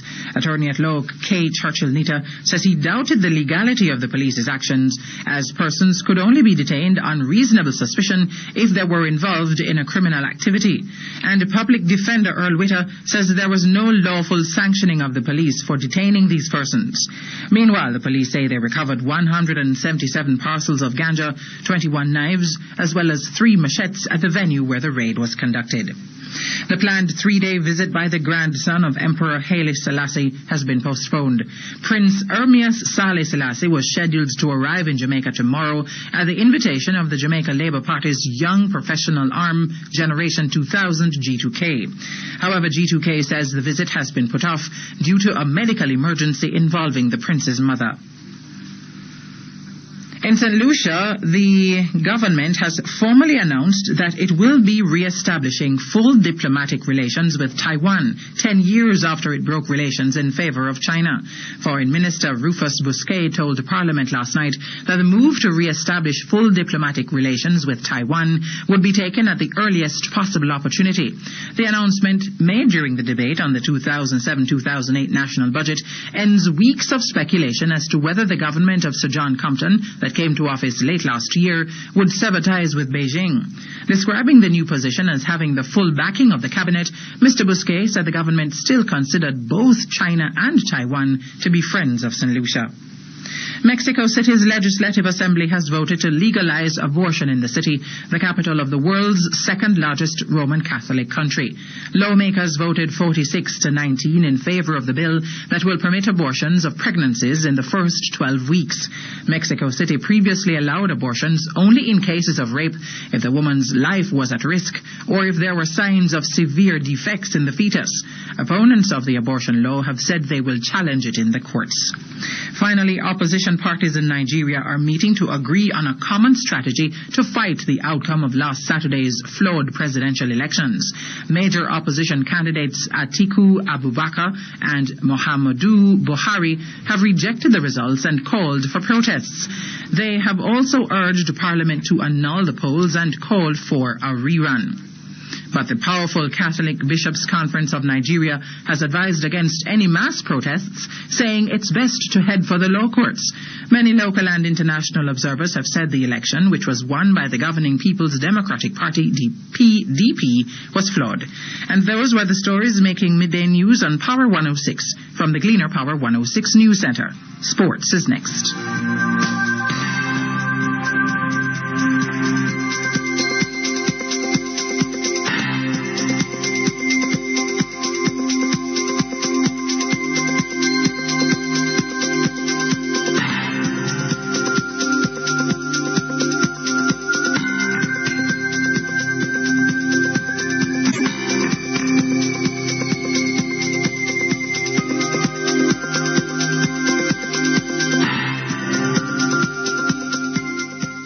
Midday News was brought to you by RBTT Securities Jamaica Limited. Unlock your potential. I want top returns on my money, but I don't want sleepless nights worrying if my money is safe. That's why smart people invest with RBTT Securities. We offer a variety of investment options and experienced advisors to help you maximize your dollar. Plus, RBTT Securities is backed by one of the most respected group of companies in the Caribbean. And we listen to the person who understands your financial goals the most. You. Talk to one of our experienced investment advisors today. Think smart. Think RBTT Securities. Unlock your potential. Sports, comprehensive, powerful, and credible. Power 106 FM, Radio News Center.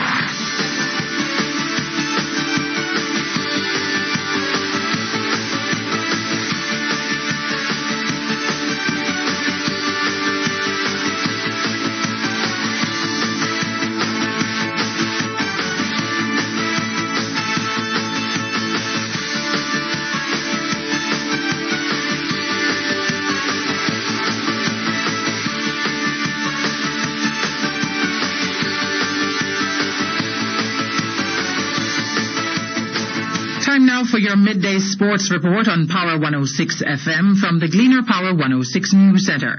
The West Indies Cricket Board, WICB, has delayed the naming of a new captain to replace the retired Brian Lara. A statement on the regional board's website says it's impossible to get the entire board together to discuss and decide on the captain for the Tour of England as required by the WICB's constitution. The statement further stated that a full board meeting is scheduled for Sunday, April 29 in Barbados. At that time, the matter will be addressed. The new captain will then join the other selectors on Tuesday, May 1, to select the other members of the team. The WICB expects that it will be able to release the names of the players by Wednesday, May 2, after the convener of selectors has notified the players. The leading candidates for the captaincy are current vice-captain Ravnarish Sawan and Darren Ganga, the captain of regional champions Trinidad and Tobago. Australia continued their imperious form in the World Cup by bowling out South Africa for 149 runs with 6 overs to spare in their semi-final clash in St. Lucia. Sean Tate took 4 for 39 while Glenn McGrath, 3 for 18, grabbed 3 early scalps to go to 25 for the tournament, a record haul in a single World Cup. Herschel Gibbs, 39, and Justin Kemp put on 60 for the 6th wicket. Kemp hit 49 not out in a rearguard action but was unable to prevent the Proteas' lowest ever World Cup score. Australia will start their reply shortly. The winners will face Sri Lanka in Saturday's final in Barbados. President of the Jamaica Amateur Athletics Association, Howard Aries, has confirmed that national shot put record holder Dorian Scott has been found guilty of a doping violation. Aries said the local Association has informed the International Association of Athletics Federations, the IAAF, of its finding. Aries confirms that the substance involved was marijuana. Scott, who broke the national record twice, was found guilty of the violation on July 29, 2006 in Cartagena at the Central American and Caribbean Games. He received a public warning. Netball now. Jamaican umpire Sylvester Campbell has been invited by the International Federation of Netball Associations to officiate in a 3-test series between Australia and New Zealand in July this year. Campbell also officiated in last year's Commonwealth Games finals between Australia and New Zealand in Melbourne. The series between the Oceania teams will be played in both countries. The first test is scheduled for New Zealand on July 18, the second in Australia 6 days later, and the final test also in Australia on July 28. Football now. The penultimate round of the Ray and Nephew National Premier League competitions will take place this afternoon with a full slate of games. The accumulation of more points to secure the other Caribbean Club Championship spots and the rush for the leading goal scorer's title will be high on the agenda. Already Harbourview have earned the major share, having secured the title, while Nagohead and Wadada have locked up the bottom 2 positions and will be relegated. The focus this afternoon will be on Portmore United and Reno, who are aiming for a spot in the Caribbean Club Championships. Portmore United, 2 points ahead of Reno, will travel to Collie Smith Drive to play Boys Town. Village will host Reno at Elliston Wakefield Centre. In other games today, Augustown will host Waterhouse at the UWI Playfield. Tivoli Gardens travel to Catherine Hall to face Seba, and Nagohead go up against Onnet Gardens at Ferdinita Park. All games will start at 3:30. Harbourview will meet Wadada in a late game at Harbourview beginning at 6:30. Still on football, Trinidad and Tobago's delegation is scheduled to arrive in Jamaica this afternoon for the CONCACAF Group B Under-17 Youth World Cup Football Qualification Tournament. The qualifiers will be staged at the National Stadium from April 28 to May 6. The TNT team will be the second to arrive for the qualifiers, following Costa Rica yesterday. The USA and Canada are expected tomorrow. The teams will be vying for 3 qualifying spots for the Under-17 World Cup in South Korea from August 18 to September 9. Finally, in horse racing, midweek racing returns to Caymanas Park this afternoon, featuring race number 4 in the CTL Claiming Series over 1,400 meters. The main hopefuls are the Minister, Archangel, Mayamo, Sir Knight and Don Dunn. Post time on the 8th race card is 1:40. Meanwhile, ace lightweight jockey Wesley Henry could be out of the saddle for more than 25 race days should the Jamaica Racing Commission, JRC, find him guilty of not allowing Jazzy Jet, to run on its merit on Easter Monday, April 9. Henry, who appeared before the stewards yesterday, had his case referred to the JRC. And that's your midday sports report on Power 106 from the Gleaner Power 106 News Center. Stay tuned now for a word on the weather.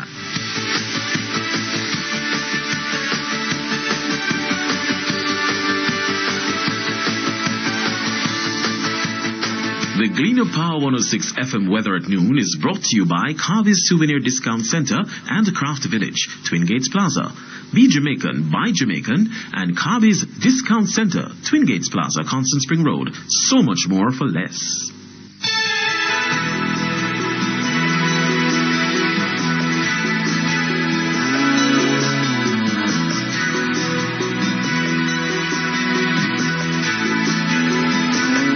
The National Meteorological Service is reporting that there is a low to mid-level trough across the island. This afternoon will be mostly cloudy with scattered showers. Tonight is expected to be partly cloudy. For the rest of the week, look for partly cloudy conditions with scattered showers mainly in the afternoons. And that's your midday weather report from the Gleaner Power 106 News Center.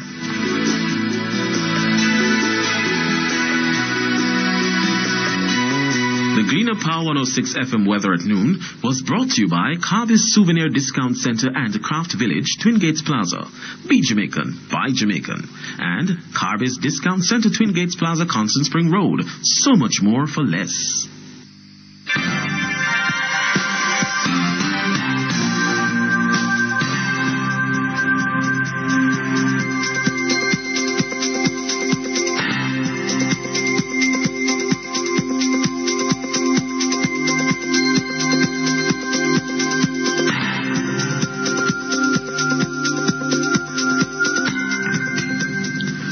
now to end midday news on Power 106. A reminder of the main stories. The police in St. Anne identify one of 4 persons killed after a truck in which they were travelling overturned on the Landover Main Road early this morning. The case involving medical doctor and politician Dr. Jeff Ford to resume in the Gun Court Division on June 1. National Works Agency says the main road leading from Onoto Bay to Port Antonio near the St. Mary-Portland border is now impossible. From the region, St. Lucia to re-establish full diplomatic relations with Taiwan 10 years after it broke relations in favor of China. On the international scene, Mexico City's Legislative Assembly votes to legalize abortion in the city, the capital of the world's second largest Roman Catholic country. And in sports, West Indies Cricket Board delays the appointment of a new captain to replace the retired Brian Lara. And that's midday news, sports and weather on Power 106 FM. Your next newscast will be headline news at 3 o'clock. From the Gleaner Power 106 News Center, I'm Stacey Ann Smith.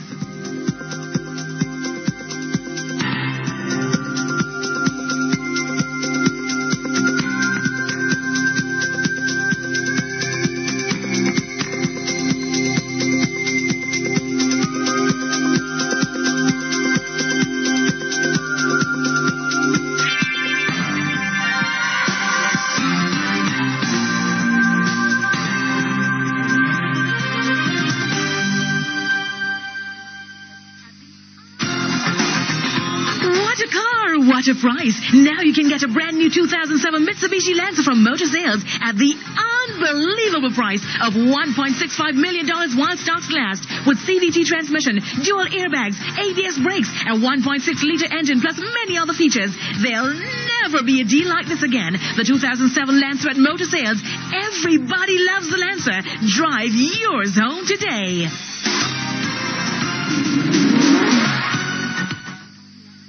Power 106. You're listening to Perkins Online, the Thinking Person's Talk Show. Our phone numbers are 968-4901, 968-4902, 968-4903. Our local toll-free line is 1-888-991-4072. Or you may call our international toll-free line, courtesy of the People's Telecom of Jamaica Limited, winners of the prestigious Jamaica Milestone Award on 1-866-LINK-106. That's 1-866-5465-106. You can also log on and listen to Perkins Online live on the World Wide Web free at www.go-jamaica.com. Now back to Perkins Online on Power 106 FM.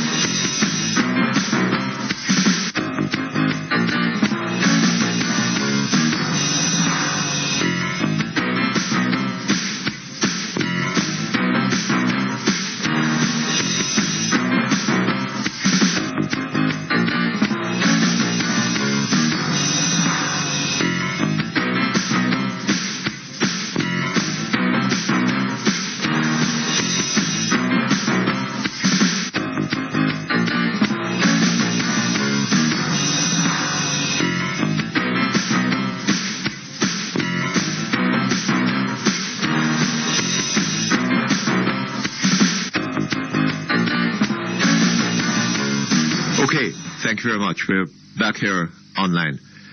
The Jeff Ford case was called up in Spanish Town court today.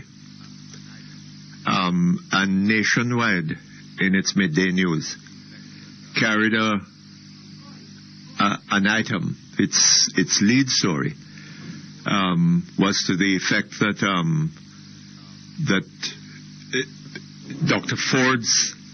Dr. Ford's sister, Andrea Ford,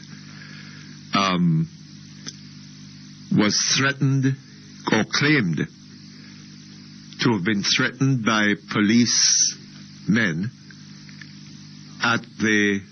in the precincts of the court today, and that she had to seek refuge within the courthouse, and that they carried a voice clip from her saying this. Boy, what the devil is going on? Well, I suppose the matter will be investigated. Okay, let's get back to our callers. Hello? Hello? Yes, good afternoon, sir. Yeah. Yes, Mr. Perkins. I really call you to talk to you to tell you how unjust the police are in this country. How what? Unjust the police are in this the justice system in this country. How anxious what? Unjust. Unjust? Yes, Mr. Perkins. Yes. Mr. Perkins, I had an accident downtown on 14th of February. Yes. This year. I drive a JUTC bus. The accident happened on King Street. On King Street? Yes. Mr. Perkins. What sort of accident? It was an accident where the coaster was trying to go around the bus and end up in the side of the bus. A coaster? Yes. Was trying to go around the bus that you were driving? Yes. And? End up in the side of the bus. Oh. 9 feet 2 inches from the front of the bus. 9 feet 2 inches from the front of the bus? From the front of the bus. And was your bus was what, turning? No, Mr. Perkins. My bus had already turned on King Street. Turned on King Street? And was proceeding up King Street. And where, just about where did the accident occur? It happened, if you know downtown very good, it happened right on the pedestrian crossing. That's by the Barry Street, King Street, as you turn up. The Barry Street, King Street. Barry Street. The intersection of Barry Street. Not in the intersection. Not in the intersection. You know where the pedestrian crossing is on King Street? When you turn up King Street off Barry Street? Yes, roughly, yes. Yes. Above Barry Street or below? Above Barry Street. Above Barry Street. Yes. And you turned onto King Street from where? From Barry Street. From Barry Street. This accident happened and I went to court on Thursday. The last court date was on Thursday. I was in court from before 10 o'clock in the morning. So you're charged too? Yes, I was charged for dangerous driving. For dangerous driving? Yes, Mr. Perkins. And where was the bus? The other coaster was coming up King Street? No, it was coming from Barry Street too. It was behind me. It was coming behind you? Yes, sir. Oh. And then hold on a little bit. The coaster was coming behind you along Barry Street, turned up King Street as you had done. Yes, behind you, right? And then tried to overtake you. Yes, sir. And hit your bus in the side. In the side. Now, why did that happen? Because of the oncoming vehicle. There were oncoming vehicles? Yes, sir. So he had turned the bus in the side to avoid hitting it. And hit your vehicle? Yeah. And you were prosecuted for careless driving? For dangerous driving. Dangerous driving. Mr. Perkins, I went to court Thursday gone. And I was in court from before 10. And they called up the case, put me back to sit down. Everyone was there when they called up the case. They put me back to sit down. And I was there. And the judge tried every case and left me there. I didn't leave out of court until 5:20 in the evening. And the judge is telling me that she found me guilty. He found you guilty? Yes. One policeman... Yes, sir. One policeman said he witnessed the accident. He said he was standing in the vicinity of courts on King Street. I don't know if you have an idea about where court is. And he saw the accident on Barry Street because they moved the accident from King Street and put it back on Barry Street. Hold on just a moment for me. My mother said, he going pass my exam because me have brain poor. Mother's poor patty make me strong so me can learn at school. But teacher say me chat too much. The time by Mother's Power Patchy is 12:30. Nasty, troublesome cough.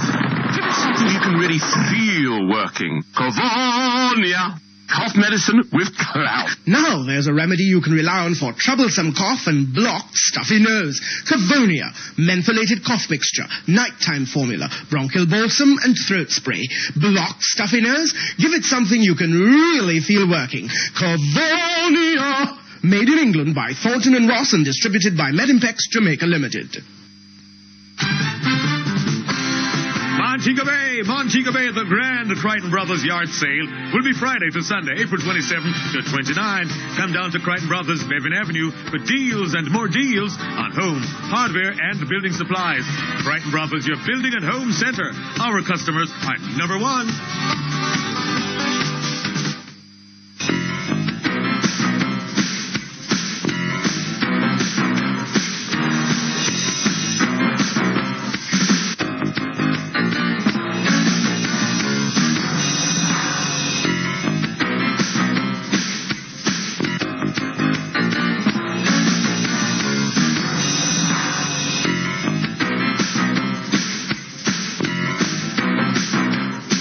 Okay, thank you very much. We're back here online. Hello? Yes, Mr. President. Yes, you're saying that the policeman... One policeman said that he witnessed the accident. And he was standing in the vicinity of courts on King Street. And he saw the accident on Barry Street.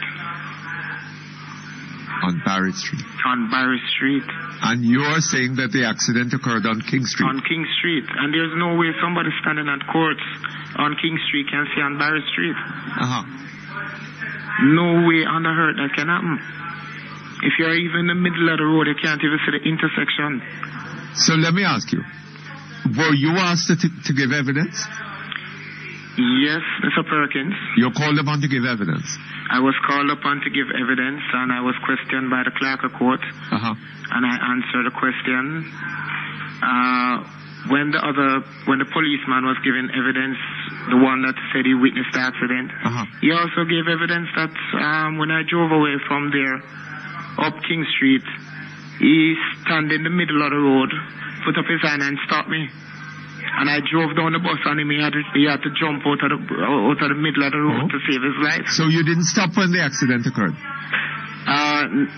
When the accident occurred, I stopped. I saw several people jumping out of the coaster, and I didn't bother to stay there. I drove away. I went straight. I dropped off the passengers that were on the bus in the lay-by downtown, and then I proceeded to the Central Police Station. Oh. So why didn't you stop? Mr. Perkins, I had an accident in December last year by Punishtown Road, Denham Town Station, where a taximan was overtaking the line of traffic. And a car turned up from Industrial Terrace and he just turned into the side of the bus. And that taximan came out and said, "Boss, man, you could have saved me enough." And then look after that, him back a gun for me. Oh, yeah? And if I have this one now and I see several persons jumping out of the coast, I don't know who they are. So I went straight to the station. Let me ask you something. What about your passengers? Do you know did any one of them say that they would testify for you?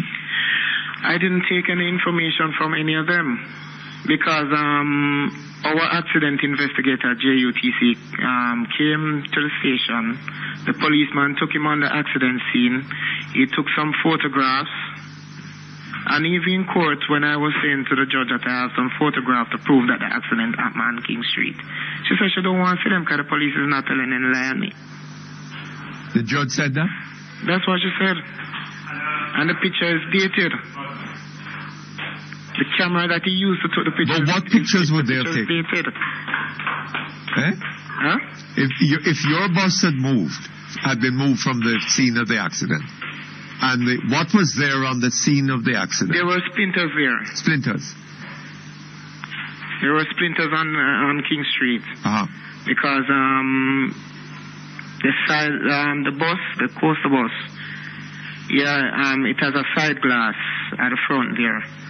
And because he put the side of the bus in the front of the bus, right at the left side there, into the side of my bus, that glass break, his rear view mirror break, his windscreen crack up. Oh. So the judge the court didn't hear any of that evidence as to the location of the accident? The judge didn't want to see the picture. Both the policeman who was dealing with the matter, he put back the accident on Barry Street also. He testified in court that when he went to the accident scene, he saw a splinter in the road on Barry Street. And there wasn't any splinter on Barry Street. And the pictures can show clearly that.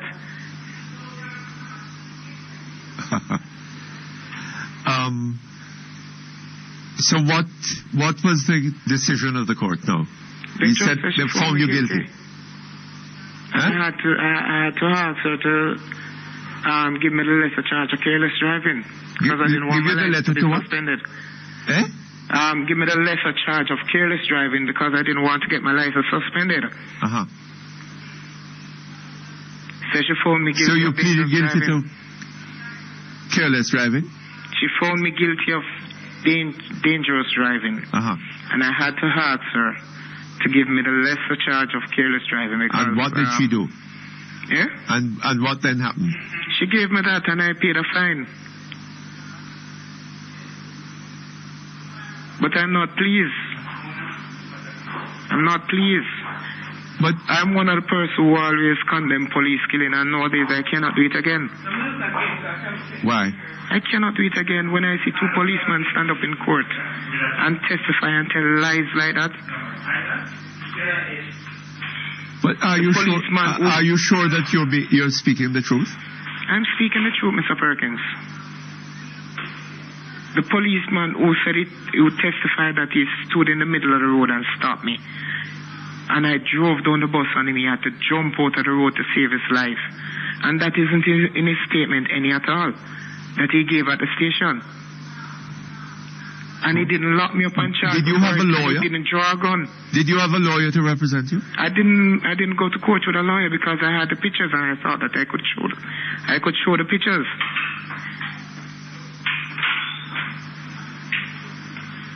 Boy, I didn't get a lawyer. You know, so it's always advisable to get a lawyer. Well, Mr. Perkins, as I say, I had the pictures, so I say it was something easy to beat because I thought that I would be able to show the pictures. The pictures were taken by our accident investigators. And you would have to have the accident investigators there to present the pictures. The pictures are dated. Yes, but the persons who took the pictures would have had to be there to testify. But Mr. Perkins, the same policeman who present the case to court, he has those same pictures on the That file. is not the point, sir. If you want to present those pictures, you would have had to have even the policeman, the persons who took the pictures would have had to be there to present them and to testify that he took them. I did not know that, Mr. Yes. Perkins. Well, you really should have had a lawyer to defend you. I did not know that. Yes. But I'm telling you how the police them going to court and they moved the accident from King Street, put it back on Barry Street. That sounds extraordinary to me. Well, Mr. Perkins, if you know downtown very well, in what way can somebody stand up at court on King Street and see an accident on Barry Street? That's two different streets, Mr. Perkins. King Street, Barry Street. It's not like they were in it. So where on Barry Street is the accident supposed to have happened? Right in front of the bank. Because when I asked the coming policeman, up to the lights. When I asked the policeman, hold on. That is when the bank is the bank at the NCB bank that had been moved. Right at the intersection there. Yes. Across the way from the Supreme Court. Yes. Then you would then be approaching The intersection. The intersection. And how could the man have been overtaking you at that point? But Mr. Perkins, the accident didn't happen on yes, on Barry Street. But hold on, sir. But hold on. If the man had been overtaking you at that point, then he would have been guilty of dangerous driving. He was not charged. He wasn't charged? No, I was the only one charged. But then that is very odd. I don't understand that. The police was dealing with the case. I was the only one charged. But you needed something. And I was told that I was at the station. I was told that I was going to be charged. I was going to be locked up for dangerous driving. I see. Well, before even the driver of the coaster reached the station. I'll follow you. When I reached the station, the driver at the coaster wasn't there. When I reached the station, it was the doctor at the coaster who was there. I see. And when he related his story to the policeman, his comment was that I'm not supposed to be driving a public passenger vehicle and behaving that way. I see. So and he didn't hear what I have to say. Did you find out who owned the coaster? Well, the coaster is in the name of the person who was driving it. But as I got to understand from a police friend of mine, is that a lot of the coasters and IS and taxis on the road are owned by policemen, but they are not licensed and insured in the policeman name. Oh, is that so? They put it in their family name or their friend's name. They put it in their friend's name. Anyway, sir, you were imprudent. You should have got yourself a lawyer, right, to go to defend you in the court. That's what I should have done. I don't think that could have happened if you had a lawyer. What you describe, assuming that is what happened, would not have happened if you had a lawyer defending you. It would not have happened if I had a lawyer. I know that. Well, next time make sure that you have a lawyer, right? But I just wanted the Jamaican public to know of the behavior of the police. Well, I don't want something like this to happen to anybody else. This sounds an extraordinary story, right? And I would like to investigate it some more, if I can. All right? Thank you very much. Hello? Hello? Hello? Yes, good afternoon. Good afternoon, Mr. Perkins. How are you doing? Hello? Yes? Afternoon, sir. Hello? Hello? Yes? Good afternoon. Good afternoon to you. I am a listener of your program. Not a very regular one. My husband is. And my son's starting to laugh like you these days and started dancing at your jingle. But I just like to add my little bit with my running with some policemen. Yes. Speak up for me. Some years ago, it's not a today thing or a yesterday thing that the police are behaving indiscretionate. Some years ago, there was riot on Mountain View Avenue, Lower Mountain View Avenue, and I was driving at the top, proceeding to go across Seaview Avenue. You were speeding? No, proceeding. Oh, proceeding. Proceeding, yeah. I came to the light, it was red, stopped. When it changed to green, I proceeded across Old Hope, going on to Seaview Avenue. In my bid to go across, vehicles coming up Old Hope, it was a Friday evening, partially blocked my path.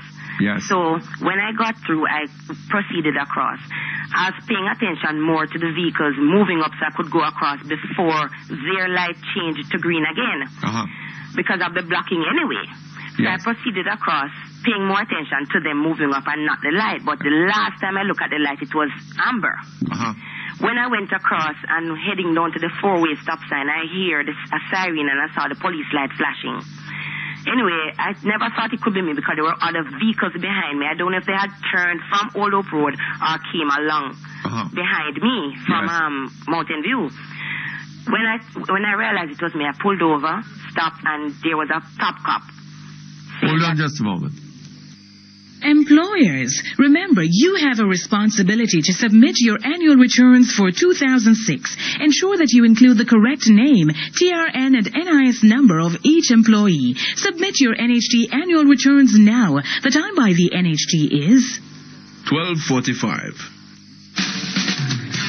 At KFC, doing chicken right means we never take shortcuts when it comes to your meals. We stay true to our famous time-tested recipes and cooking methods using only the highest quality ingredients. Carefully selected, carefully prepared, and always served with a warm smile. Whatever it takes to make every customer happy, that's what we do. At KFC, we do chicken right every time. Ricky want to set up the house with the best from top to floor. But when him open up him wallet and him look at the money, him sorry him never have more. Ricky don't matter stop you come to it. We say the best hardware you can get it. When the price is nice and you get advice, the choice could only be to us. Stewart's Hardware and Home Center, Maitland, Lionel Town and Old Harbour, where the price is right and the customer is always first. Stewart's Hardware.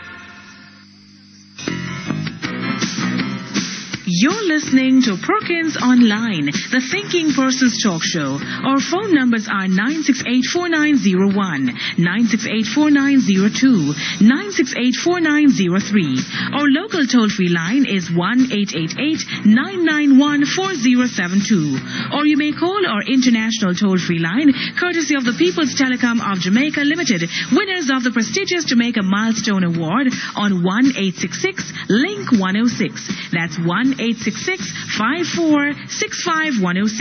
You can also log on and listen to Perkins Online live on the World Wide Web free at www.go-jamaica.com. Now back to Perkins Online on Power 106 FM.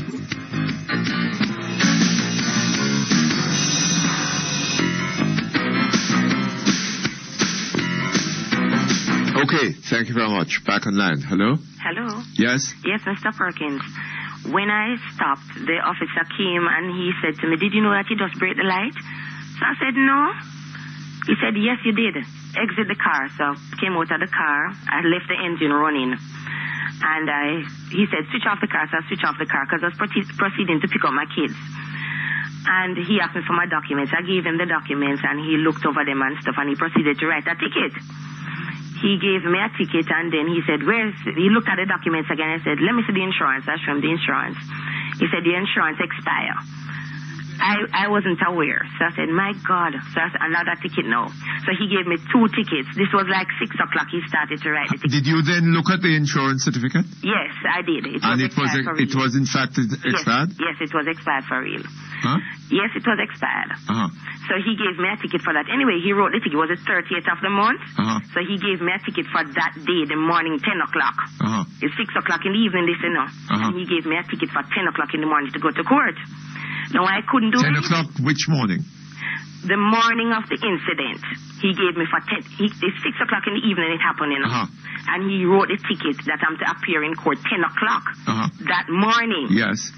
I couldn't go because it was 6 o'clock in the evening. Yes. Anyway, so I disregarded that because there's nothing I could do. So the other ticket, I was supposed to attend court. When I went, everybody who knew about it said I should go to court and plead guilty.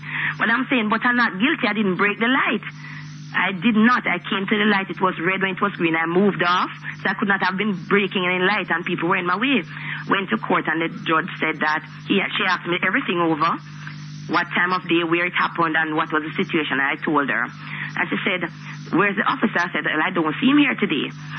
So she said, what's the officer? He asked you, where is the officer? Yeah, if the officer was in court that day. So I said, the judge asked you that? Yeah, the judge at traffic court. If the officer was in court today. I don't understand that. How could that have been? Well, I don't know, because they know that they're free. They give people tickets and they don't go to court. Yes, but how could the judge have asked you for the officer? If he's there. So I tell her that. Well, you can't know that. I mean... I was looking around for him myself too, but I didn't see him. Uh-huh. Anyways, I She asked me, how you plead? So I said, guilty with explanation. So she read along, and she said to me, what's the explanation? So I told her the situation that I was going across and what happened. My path was partially blocked, and then I had to proceed because I've been blocking the other side anyways. So I proceeded carefully. Yes, but officer could have look here, once you have crossed the line, yeah. If you're blocked and the light changes, what do you do? That's exactly what she asked me. Yes. She asked me that. Uh-huh. So I said to her, but I had to go across anyway because I've been blocking the other side. So she said, the officer could have acted with more discretion. This case is admonished and dismissed. You may go, ma'am. Uh-huh. Just like that. So I'm just saying the justice system, Mr. Perkins, something has gone wrong with it, one, and two, the police system. Because he could have acted in discretion and understand the situation. Uh-huh. Because for him to catch me way down at the four-way stop line, he could not have been very near to me. Uh-huh. Because I wasn't speeding or anything. I was driving very slowly. Uh-huh. And I reached down to the stop line. So I'm just saying sometime on the road, the police need to act with more discretion. I see. More discretion. Uh-huh. That's my little piece today, sir. Okay, Mom. All right. Thank you very much. Okay, hello? Hello? Hello? Yes, good afternoon. You're with me, Mr. Perkins. Thanks. Eh? There is a lot of injustice in our country. That's quite true. Yes. But I want to bring to your attention not a matter about the police, but about JPS. Uh-huh. We live in the Constant Spring Gardens area. Yes. And our current bill, the bill that was due in the 11th of April, we did not receive. And I'm speaking on behalf of two elderly ladies now. Uh-huh. Okay? They did not receive their bills. Yesterday evening, the JPS representative turned up without any words that he was going to cut off the light. When he walked towards the meter, I asked him what was happening because somebody had come last week to read the meter. He said, well, I'm not here to read the meter. I'm here to lock off. So I said, lock off. So I called the landlady, who's an elderly woman, and she said that she had not gotten the bill. So we explained it to the gentleman. We told him that I had not gotten the bill, that this is the only bill that she has. She has a history of paying even before, right? He said he's going to lock it off from the road. He went across to our neighbor, who is... I mean, lock it off on the road? No, well, that's what he said he was going to do. He went across to our neighbor, who is an invalid, who is an elderly woman, retired and everything, to lock off the lights. So I said, but she also pays her bills on time, and it would be under the current bill. We explained her situation to the man. She has an electric gate. He went across... An electric what? Electric gate. You know that one that is open? Yes, yes. Right. He went across. They had to open the gate. Our neighbor here, my landlady, she opened the gate because she oversees what is happening over there. He went in. He locked off the light. He left the gate opened and went about his business. I called the JPS. I called the Corporate Affairs section. The young miss who answered said the manager was not in, but she would try to get them to come back and turn on the light for the lady. I explained to her that no bills had been received. She explained that the bills were sent out and that it is the responsibility of the customer to find out what is owed, because customers know when the bills are supposed to come. So I said, what about the OUR? She says that the OUR gives them the authority, once a bill is sent out, to lock off the light. I said, but you have the telephone number. I said to her, but you have the telephone number. You have the history of the client. Could you not have called? She said, no, if we had a computer, they would send us an email, or if you had a cell, they would send a text message. But the thing that I'm concerned about, Mr. Perkins, is the fact that this lady is an elderly lady, an invalid in bed, and still they went ahead and locked off the light. They promised to come back. They have not come back. On top of that, they require her to pay yes, they're going to make more money now. Yes, but not only that, Mr. Perkins. Apart from the reconnection fee, what she tells me they do is to reassess the deposit, and that you would also be required to increase your deposit. Your deposit, yes. Right? Now, the bill, Mr. Perkins, is only a couple days. It's not even 2 weeks overdue. I mean, when I went to pay the bill on their behalf today, there were a number of people in the paymaster section arguing on the same issue, that the disconnectors came yesterday to disconnect their lights, but they had not received the bill. Now, how is the bill supposed to have been sent? By post? I don't know. She said they sent it out, but she couldn't tell me how they sent it out. You know, I wonder about all this, you know. We need to check it out, because if you owe me money, yes, and I don't send you a bill, I'm not sure that I can take steps against you. I don't know. I'm wondering about the legality of it, you know. This is exactly how I feel, Mr. Perkins. But what the JPS people are telling me is that the OUR gives them the right, once they, the JPS, claim that they have sent out the bill, to lock it off, and that you can lock off the light the day after the due date. The day after you send out the bill? The due date. After the after the due date. They can lock it off. Mark you, if one is doing business with a public service company, and one doesn't get a bill, then I suppose one could get in touch with the public service company and say, what's happening? Yes, that's true. Yes. And how much money do we owe, and make arrangements to pay it. That's true, yes. But I don't know.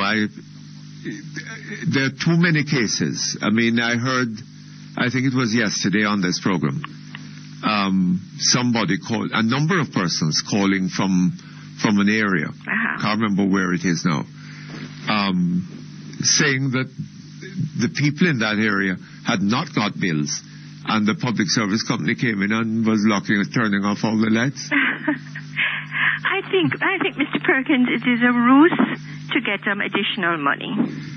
Well, I tell you something. I can see no other reason. Yes. As things are, if the public service company delays sending out the bills, or do not send out the bills, right? And turn off all the lights in an area, well, they're going to collect possibly some considerable sums of money? Quite so, because the reconnection fee is almost $1,500. $1,500? It's $1,400 and something, so you might as well round it off to $1,500, right? And 10 persons would be 10,000, 15,000. Yes. Almost. Yes. Plus the increased deposit that you have to pay. 20 persons would be $30,000 now. Quite so. But you know what is appalling, though, Mr. Perkins, is that in all of the hurt and the frustration in people's lives, right? We do not have anybody in the government who is really taking an interest. The OUR is almost hopeless when it comes to consumer complaints, right? And you mean the government is not on your side? Thank you very much. You have said it perfectly for me. I would go further to say they are totally against us. Right? They're on the side of Mirant. Mirant, exactly. And the telephone company. Yes. NWC. Right. So I'm hoping, really I'm hoping. Water Commission. Yes, all those high-profile companies. But I'm hoping, Mr. Perkins, that as a people, we will begin to look seriously into this thing and ask ourselves, when we come to the next election, what is it that we want, not only for ourselves, but for our children and their children, yes, and for the rest of the people in this country, because it's totally impossible to continue to live under this level of injustice. Here is a lady who is almost 90 years old, who has to sleep last night in darkness. Anything could have happened to her over there, right? And an uncaring representative. What I think happens is that they pay their contractors to lock off the light. Yes, I think whatever they do. is the problem, they're going to lock it off because they're going to get the money. And Mr. Perkins, I think that we, as a people, we need to come together and demand a difference. It's totally impossible. But as I say, we also need to be careful about the business of bill paying. Yes. You know, if we expect a bill on the 3rd of the month and we don't get it, then it's easy to get on the phone and, well, That's true, you know, Mr. It's going to Perkins, cost you money to call them. It costs money to call, and we are talking about retired people, right? Yes. So it costs money to call. And then it does, everything in this country cost. Every single thing you do costs. Marcio, what somebody could do is pay the usual amount, right? Or pay the amount that you paid last month. And send it with a note telling them that you haven't got the bill, you're sending this, and if there is any more, let you know. I understand what you're saying, Mr. Perkins. But the bill is not even 2 weeks overdue. Yes. Right? So you're going to take into consideration the fact that the bill may be late. Right? And again, the cost. And surely the onus cannot be on the consumer all the time. There has to be a responsibility on the part of the company. Yeah, I think so. And I think also there has to be some leeway. I wonder if we can get the OUR. Let's try, no? And ask them about this. Yes. Okay? Yes. Thank you very much. All the best to you. Want that fashionable and stylish look? Visit Blazer Place, makers of professionally stitched uniforms of all types, school, heavy-duty, office wear, in a wide range of sizes from 0 to 26. Shop 20 Pavilion Mall, 926-3996. The time by Blazer Place for the best and latest in fashion is 101. Bash go, check out them Slaughter Fire Entertainment Center, and the new Chester Dryer, high quality product, and the best price to find all brand name appearance, for the whole of them mean would have come from uptown or downtown, anything for beautify your home, you can buy it too easy on Bashco, 13 stores all around Bashco, the store that gives you more, wide range of furniture, that's for sure, anything you want they have it galore, Bashco, the store that gives you more. This is a message from the Electoral Office of Jamaica. If your name appeared on the November 30, 2006 voters list, your voter ID card is ready. The EOJ advises persons whose names were on the November 2006 voters list but have not yet received their voter identification cards to visit their constituency office to collect them. The EOJ no longer delivers voter identification cards. Your vote is your voice. It's up to you. You're listening to Perkins Online, the Thinking Person's Talk Show. Our phone numbers are 968-4901, 968-4902, 968-4903. Our local toll-free line is 1-888-991-4072. Or you may call our international toll-free line, courtesy of the People's Telecom of Jamaica Limited, winners of the prestigious Jamaica Milestone Award on 1-866-LINK-106. That's 1-866-5465-106. You can also log on and listen to Perkins Online live on the World Wide Web free at www.go-jamaica.com. Now back to Perkins Online on Power 106 FM.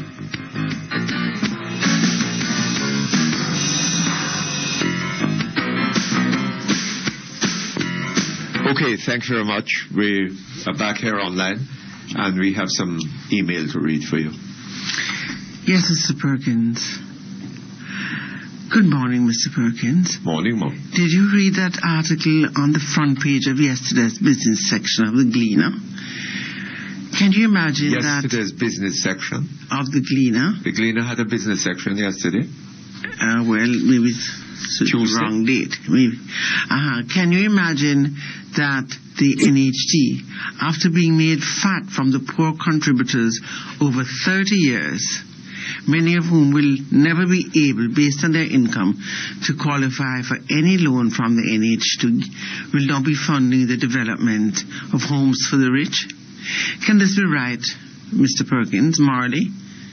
Isn't this a height of contempt for us poor contributors? Yes, I suspect you have something there. Mr. Perkins,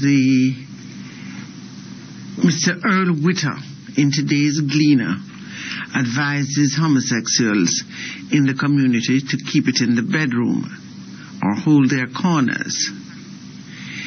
Mr. Perkins, this is not the agenda of homosexual. Their tactic is to confront the so-called normals.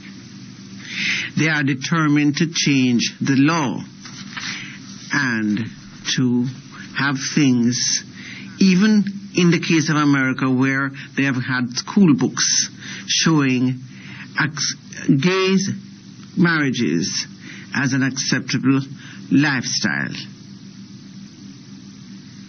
They have forced many states to accept same-sex marriages. Mr. Perkins, do not be surprised. It may happen here. I do not agree that Jamaica is homophobic. If that were the case, I can assure you many of the people that we hold in high esteem would not be where they are today. Mr. Perkins, I do not believe that the so-called homosexual murders that are being reported in the press as taking place in Jamaica are because he or she was just a homosexual. Something else was always involved. Possibly. Mr. Perkins, mark my words. See if this law will not soon be reenacted in Jamaica. I think he means enacted. What is the law that he's talking about? Must be, I don't know, maybe. To allow gay marriages? Yes. And to accept gay unions. Well, Mr. Perkins, I do not believe that there's a recorded case in Jamaican history where people were murdered just because they were homosexual. That attack on Mr. Smith's office in Montego Bay should be a warning to all of us. What they are saying is that they will blast us all over the international press, threaten our tourism, threaten people in public places, unless they get what they are after. It is not a joke, Mr. Perkins. But if people will stone a church because they're supposed to be homosexuals in there, I don't see how you can be so sure that nobody has ever been murdered because he's homosexual. I think people do all sorts of irrational things. But I do agree with Mr. Witter that to a certain extent that homosexuals should not set out unnecessarily to attract attention to themselves and to their homosexuality. Because that, if you know that can lead to problems, then just don't do it. And I don't see how this adversely affects the homosexual. I don't see how he loses anything by not sort of displaying his homosexuality in public unnecessarily. You know, if you're homosexual, keep it quietly to yourself. Go into your bedroom, do whatever it is that you want to do in there, and it's none of my business. I mean, I don't, and nobody else's business, of course. The law is that certain homosexual acts are illegal. That is another matter. I'm not sure that I wouldn't agree that the law be changed. I don't see why it should discriminate unnecessarily against homosexuals. But that's another matter. Dear Mr. Perkins, please correct me if I'm wrong. Did I not hear Mr. Pickersgill say that the JPS shares cannot be sold because there is a clause in the agreement between the Jamaican government and Mirant that states that the JPS shares have to be first offered back to the Jamaican people in the event of a sale? Please advise. Which shares are these? I'll read it again. Dear Mr. Perkins, please correct me if I'm wrong. Did I not hear Mr. Pickersgill say that the JPS shares cannot be sold because there is a clause in the agreement between the Jamaican government and Mirant that states that the JPS shares have to be first offered back to the Jamaican people in the event of a sale? Yes, he probably would have said that, but I don't think that does not mean that the shares cannot. The government must be given the first offer. I think the person wants to know, was the government... And if the government refuses, then it can be sold privately. The matter is, of course, that the government, the public service company shares are being sold for $800 million. The government has no prospect of getting that to pay for JPS shares. So I think the government purchase of those shares is out of the question. Good day, Omar Davis can't run with that one. Good day, Mr. Perkins. I heard that lady talking to you about JPS locking off her lights. This is happening all over the corporate area, Mr. Perkins. It seems as if Mirant is mopping up every cent owed to them by the Jamaican customer, whether it is 1 day, 1 week, or 1 year, except, of course, for the garrison areas. They are doing this because they are leaving and they don't want to have any debt left behind.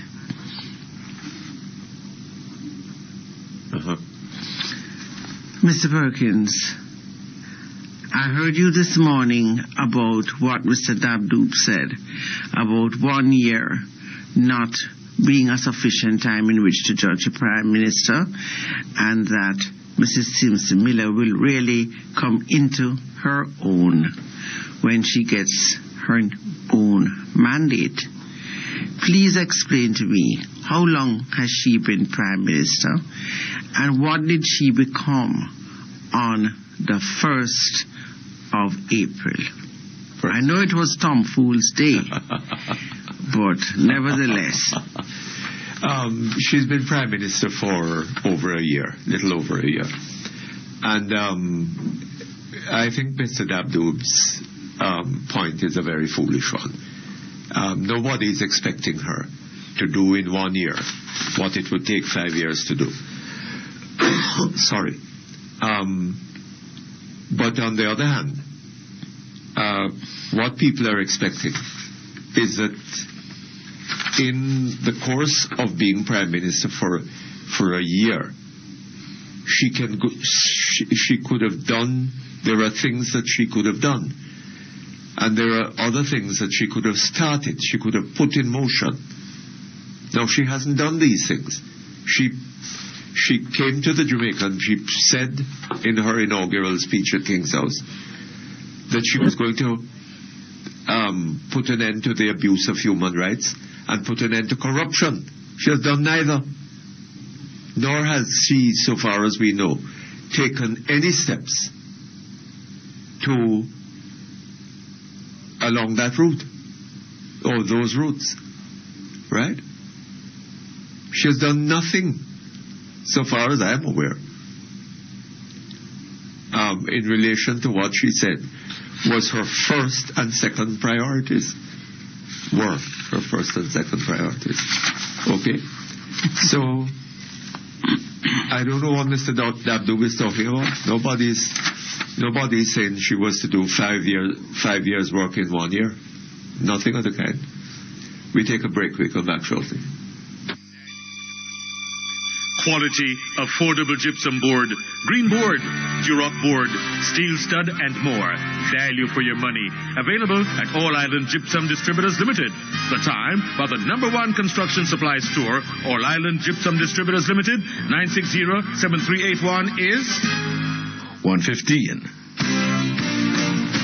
Need financing? Catch it! Financing for small and medium-sized businesses as low as 15.9% per annum, reducing balance. First Union Financial Company makes business financing quick and easy. Contact them at 13 Barbados Avenue, New Kingston, 926-2669, 5 Half Caledonia Road, Gulfview Plaza, Mandeville, 962-7992, and 30-34 Market Street, Montego Bay, 940-1757.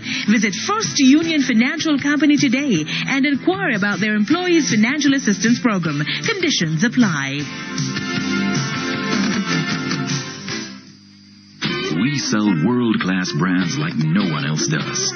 We get your vehicle fixed like nobody else can. We sell genuine parts like nobody else. Who are we? KIG, the home of Subaru, Land Rover, Jaguar, and Ford. The home of experienced professionals who know your vehicle inside out. World-class brands, genuine parts, and the very best in service. Come to the experts. KIG, we keep you driving. You're listening to Perkins Online, the Thinking Person's Talk Show. Our phone numbers are 968-4901, 968-4902, 968-4903. Our local toll-free line is 1-888-991-4072. Or you may call our international toll-free line, courtesy of the People's Telecom of Jamaica Limited, winners of the prestigious Jamaica Milestone Award on 1-866-LINK-106. That's 1-866-5465-106. You can also log on and listen to Perkins Online live on the World Wide Web free at www.go-jamaica.com. Now back to Perkins Online on Power 106 FM.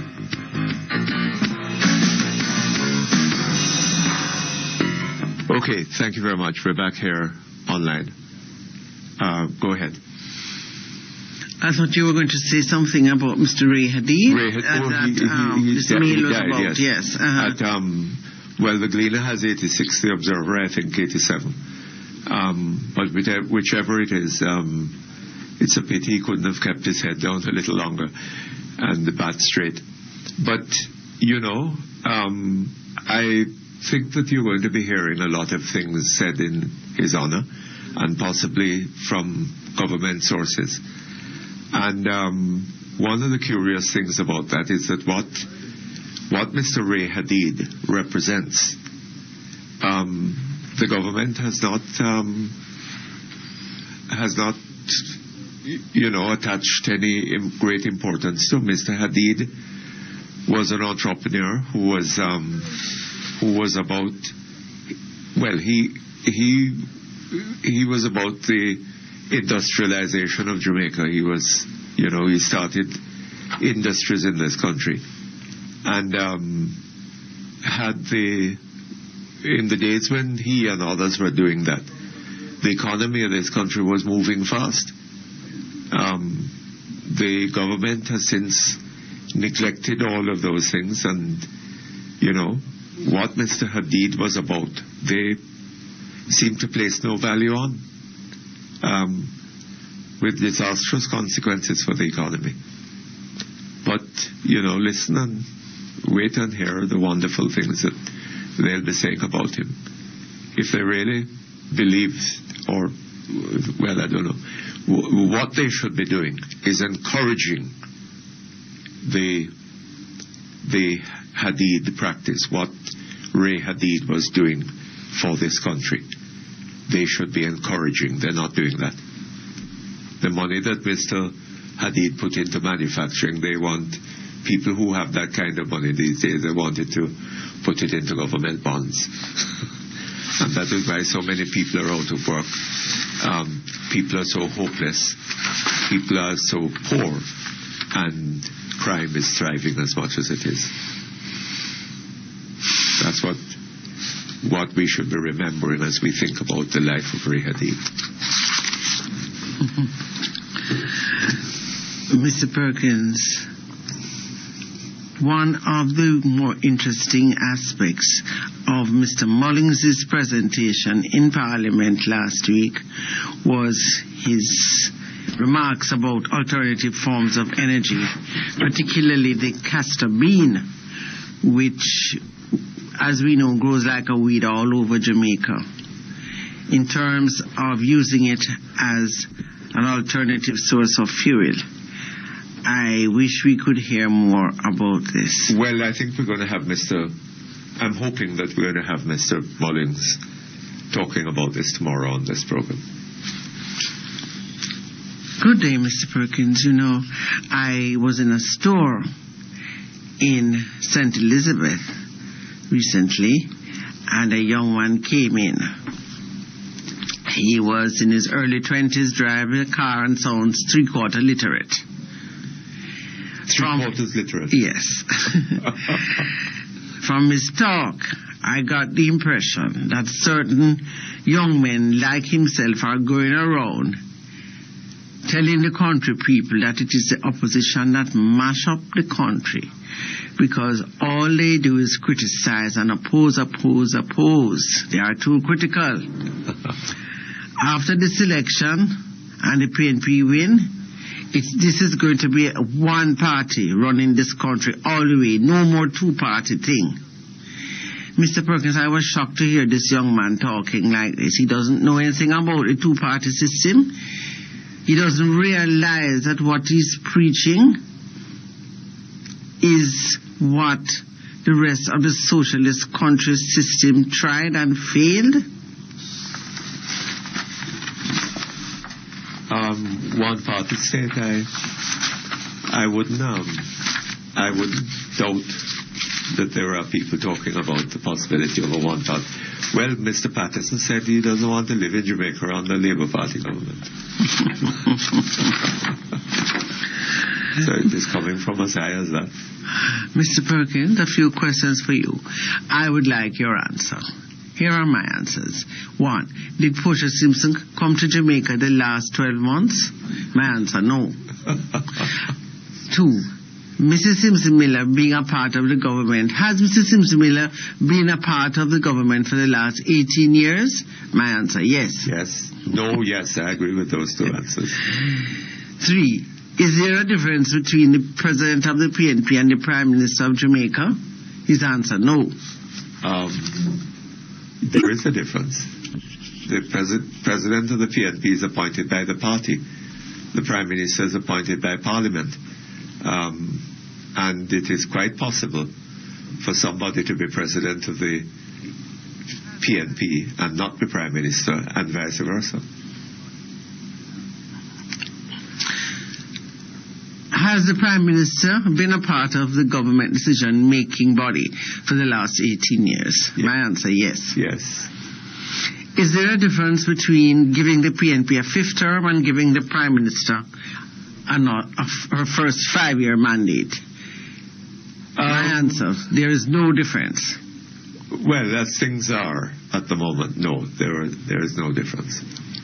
So what you're saying is that giving the Portia her so-called first mandate, and it's different from giving the PNP a fifth term? Well, hold on. If the PNP wins the election, then a Prime Minister will have to be appointed. Again, but don't we have one? No, she will have to be appointed. The Governor General will then be called upon to appoint the person who, in his judgment, commands the majority in Parliament, with the confidence of the majority. So that could be, in theory, there is no law that says that if the PNP wins another term, she has to be the Prime Minister. There's no such law. The probability is that she would be selected as Prime Minister, but There is no law that says that. Mr. Perkins, to continue with the meal, Mr. Perkins, when I put my ex against the bell, I want to see it go to the head. And as the man just said, you must use your head, and that is what I will be doing. He says H-A-S, and that's why I said has. I think he means A-S. You must use your head, and that is what I will be doing. And I say to the Jamaican people, look at your situation and vote with your head. Vote with your head? Mm-hmm. I don't know. Yes, all right. I have no objection. That's the end of that. My popular request, I am rereading this little ditty.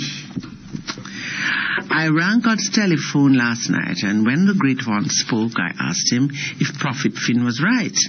God said, this is a joke. The word I used to Finn was sin, and he reported it as a win. He asked me to support some dame. I told him to desist, because I never put my name on any voters list. For me, it's neither he nor she. They both must follow after me. Finn said, Dear God, with clenched fist I kneel, I bow, I beg, because I have been hugged and kissed. I said, well, hear me now. Your tale has one familiar twist. My son was also hugged and kissed. You should remember how he died, crowned with thorns and crucified. Think on this and then decide if you were taken for a ride. And if your memory is diminished, his final statement was, "'Tis finished." Then God asked to be excused, so he could check his roll. It seems that he was not amused to be in some election poll. So when the roll is called up yonder, will Finn's name be there? I wonder. Ah, well, it's nice to be able to laugh. Okay, let's go back to our telephone calls. Hello? Hello? Hello? Yes, good afternoon, sir. Hey, Mr. Perkins. Hi, how are you? Hi, fine, thank you, sir. Calling you from Atlanta, Georgia. Yes? How are things there? Yes, sir. Just to share with you, we visited Jamaica in April, 2 weeks ago, April 1st to the 8th. Uh-huh. And my wife and I, along with 3 other family members, we went to Hellshire to have fish. You went to where? Hellshire Beach. Oh, Hellshire. In Portmore. Yes, uh-huh. Yes, sir. And we were directed where to park by some little man, we don't even sure who he is. And then he took us in to have fish. He took what? So he pointed out. Yes. Some place where we should sit. Yes. And then he went to get some fish, so he couldn't tell us how much it was going to cost. So we still said, okay, let us know before you prepare. He agreed. Anyway, later on, fish were served. 5 ordinary-sized fish, Mr. Perkins. No drinks, and 5 festivals. To our surprise, after we were finished eating, he told us the bill is $8,700. I beg your pardon? 8,700 Jamaican dollars.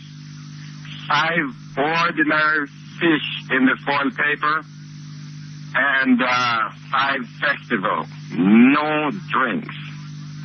And we paid, and we don't even know who we paid, because there's this little guy running around seeing other folks making deals, and it takes just after we left Jamaica and get back to the U.S.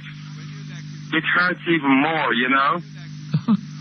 This is beyond our own comprehension. So when are you likely to come back to When are you likely to come back to Jamaica to have another meal out at the Helshaw Beach? Well, not only just Helshaw, but, well, one thing for sure, let me answer your question. We have no intention of visiting Jamaica in the near future. What? You have no intention of? We have no intention of visiting Jamaica in the near future. I beg your pardon, why? We can't afford those prices, Mr. Perkins. We work here... Hold on just a moment. Hold on a moment for me. Get maximum returns with the COK Wealth Maximizer long-term savings account. It pays excellent returns tax-free. Conditions apply. COK for life. COK. Invest in your future today. And the time by COK is? 1:30. Hi, I'm Dr. Freddie Clark. Did you know that a heart attack is the #1 cause of unexpected sudden death in Jamaica? You can stop a heart attack before it happens by obtaining a CT coronary angiogram. This sophisticated, client-friendly, and quick X-ray test detects diseased arteries of the heart. These can generally be treated and a heart attack avoided. The 64-slice CT scanner is today's ideal technology for this test. Call us at X-Ray and Diagnostic Ultrasound Consultants Limited. This test could save your life. Power 106. Welcome to Consumer Alert, the program which highlights the rights and responsibilities of consumers under the Consumer Protection Act. Today we will focus on damage resulting from use of service or goods. Stay with us. The Consumer Affairs Commission with the Consumer Protection Act is able to represent you even in a court of law. Whether you are buy or whether you are sell, get to know the facts of the act very well. CPA is here for your protection. Don't make nobody fool you up. Make sure you're getting a receipt. Label it on everything where you eat.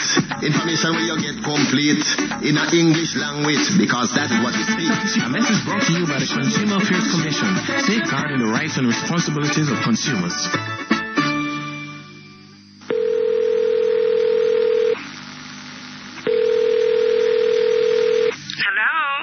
Charmaine, guess what?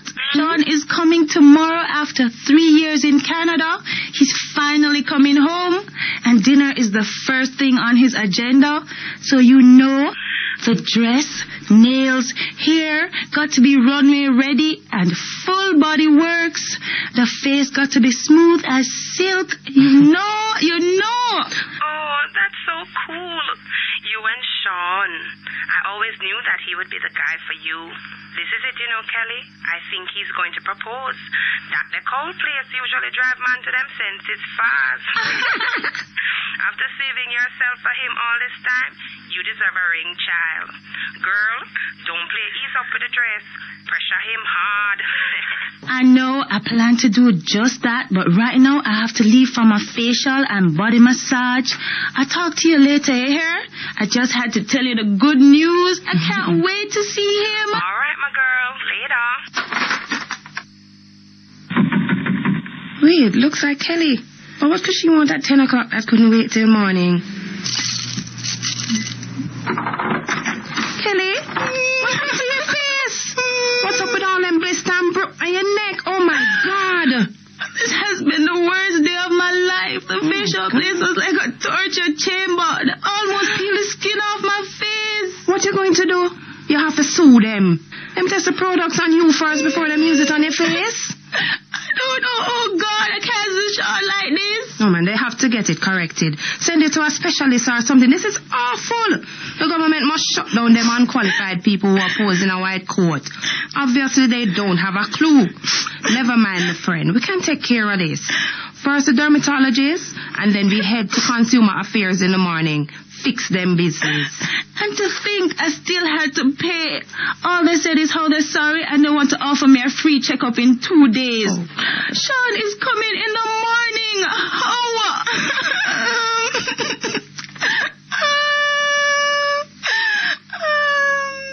Consumers, Where a provider undertakes to provide a consumer with a good or service and inadvertently causes bodily injury or any form of loss to the consumer, the provider shall, upon presentation by the consumer of a complaint accompanied by a document from the Commission substantiating that, in its opinion, and after consultation with the provider, the complaint is valid, the provider should undertake to pay all reasonable costs incurred or to be incurred by the consumer in correcting the damage caused, and initiate payment of compensation within 7 days after the complaint is received. Learn the facts. For more information, visit the CAC's website at www.consumeraffairsjamaica.gov.jm or call 926-165022. Thanks for joining us on Consumer Alert, brought to you by the Consumer Affairs Commission, safeguarding the rights of consumers. Until next time, shop wisely. The Consumer Affairs Commission with the Consumer Protection Act is able to represent you in the court of law. Whether you are buy or whether you are sell, get to know the facts of the act very well. CPA is here for your protection. Don't make nobody fool you up. Make sure you're getting a receipt. Label it on everything where you eat. Information where you get complete in an English language, because that's what it speaks. A message brought to you by the Consumer Affairs Commission, safeguarding the rights and responsibilities of consumers.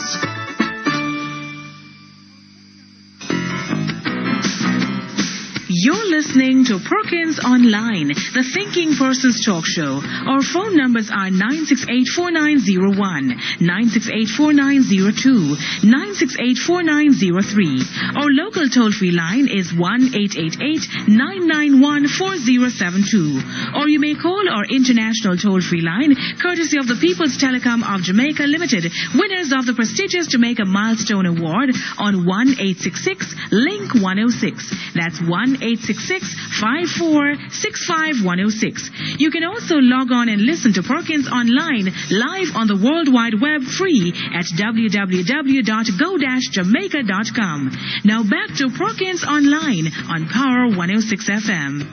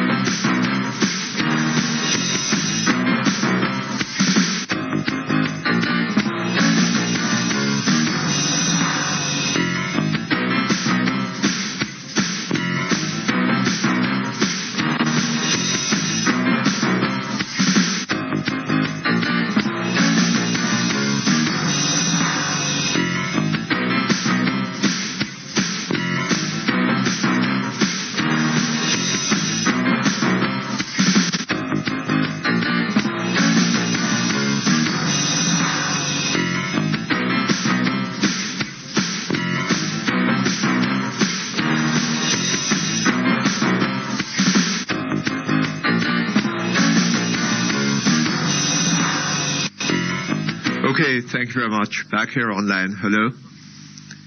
Hello? Hey, sir. Yes? Hello? Yes, Mr. Perkins. Yes? Yes, Mr. Perkins. Yes, You say you're not coming back to Jamaica in a hurry? Pardon me? Did you say that you're not coming back to Jamaica in a hurry? No, not at all, sir. The experiences we had, not only were we ripped off by various different folks, but those guys at Addison, I mean, sir, that will forever live with us, My wife don't want to go back to Jamaica in the near future either. 5 little fish and 5 festival came to $8,700. We didn't even have running water, Mr. Perkins. That sounds like a lot of money to me. Everybody, we share experience with folks here, and, we get to realize just how widespread that thing is in Elsho.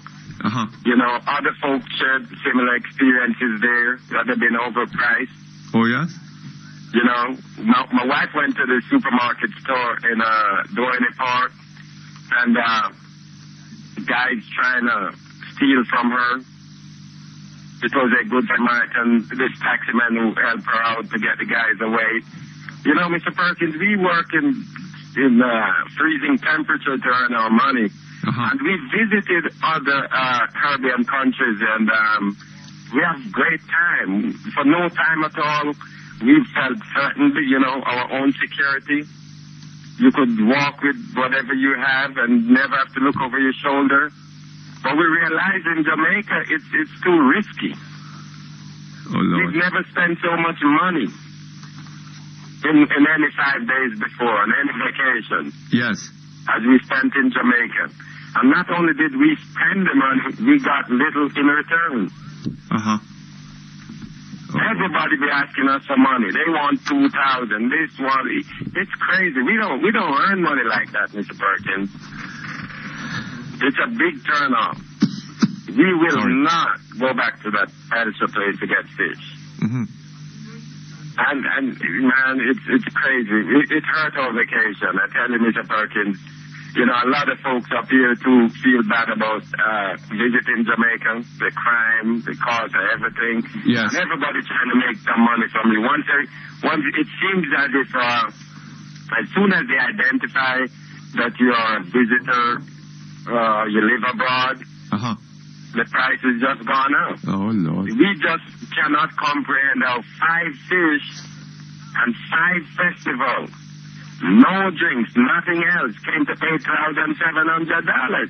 And he said that's a discount.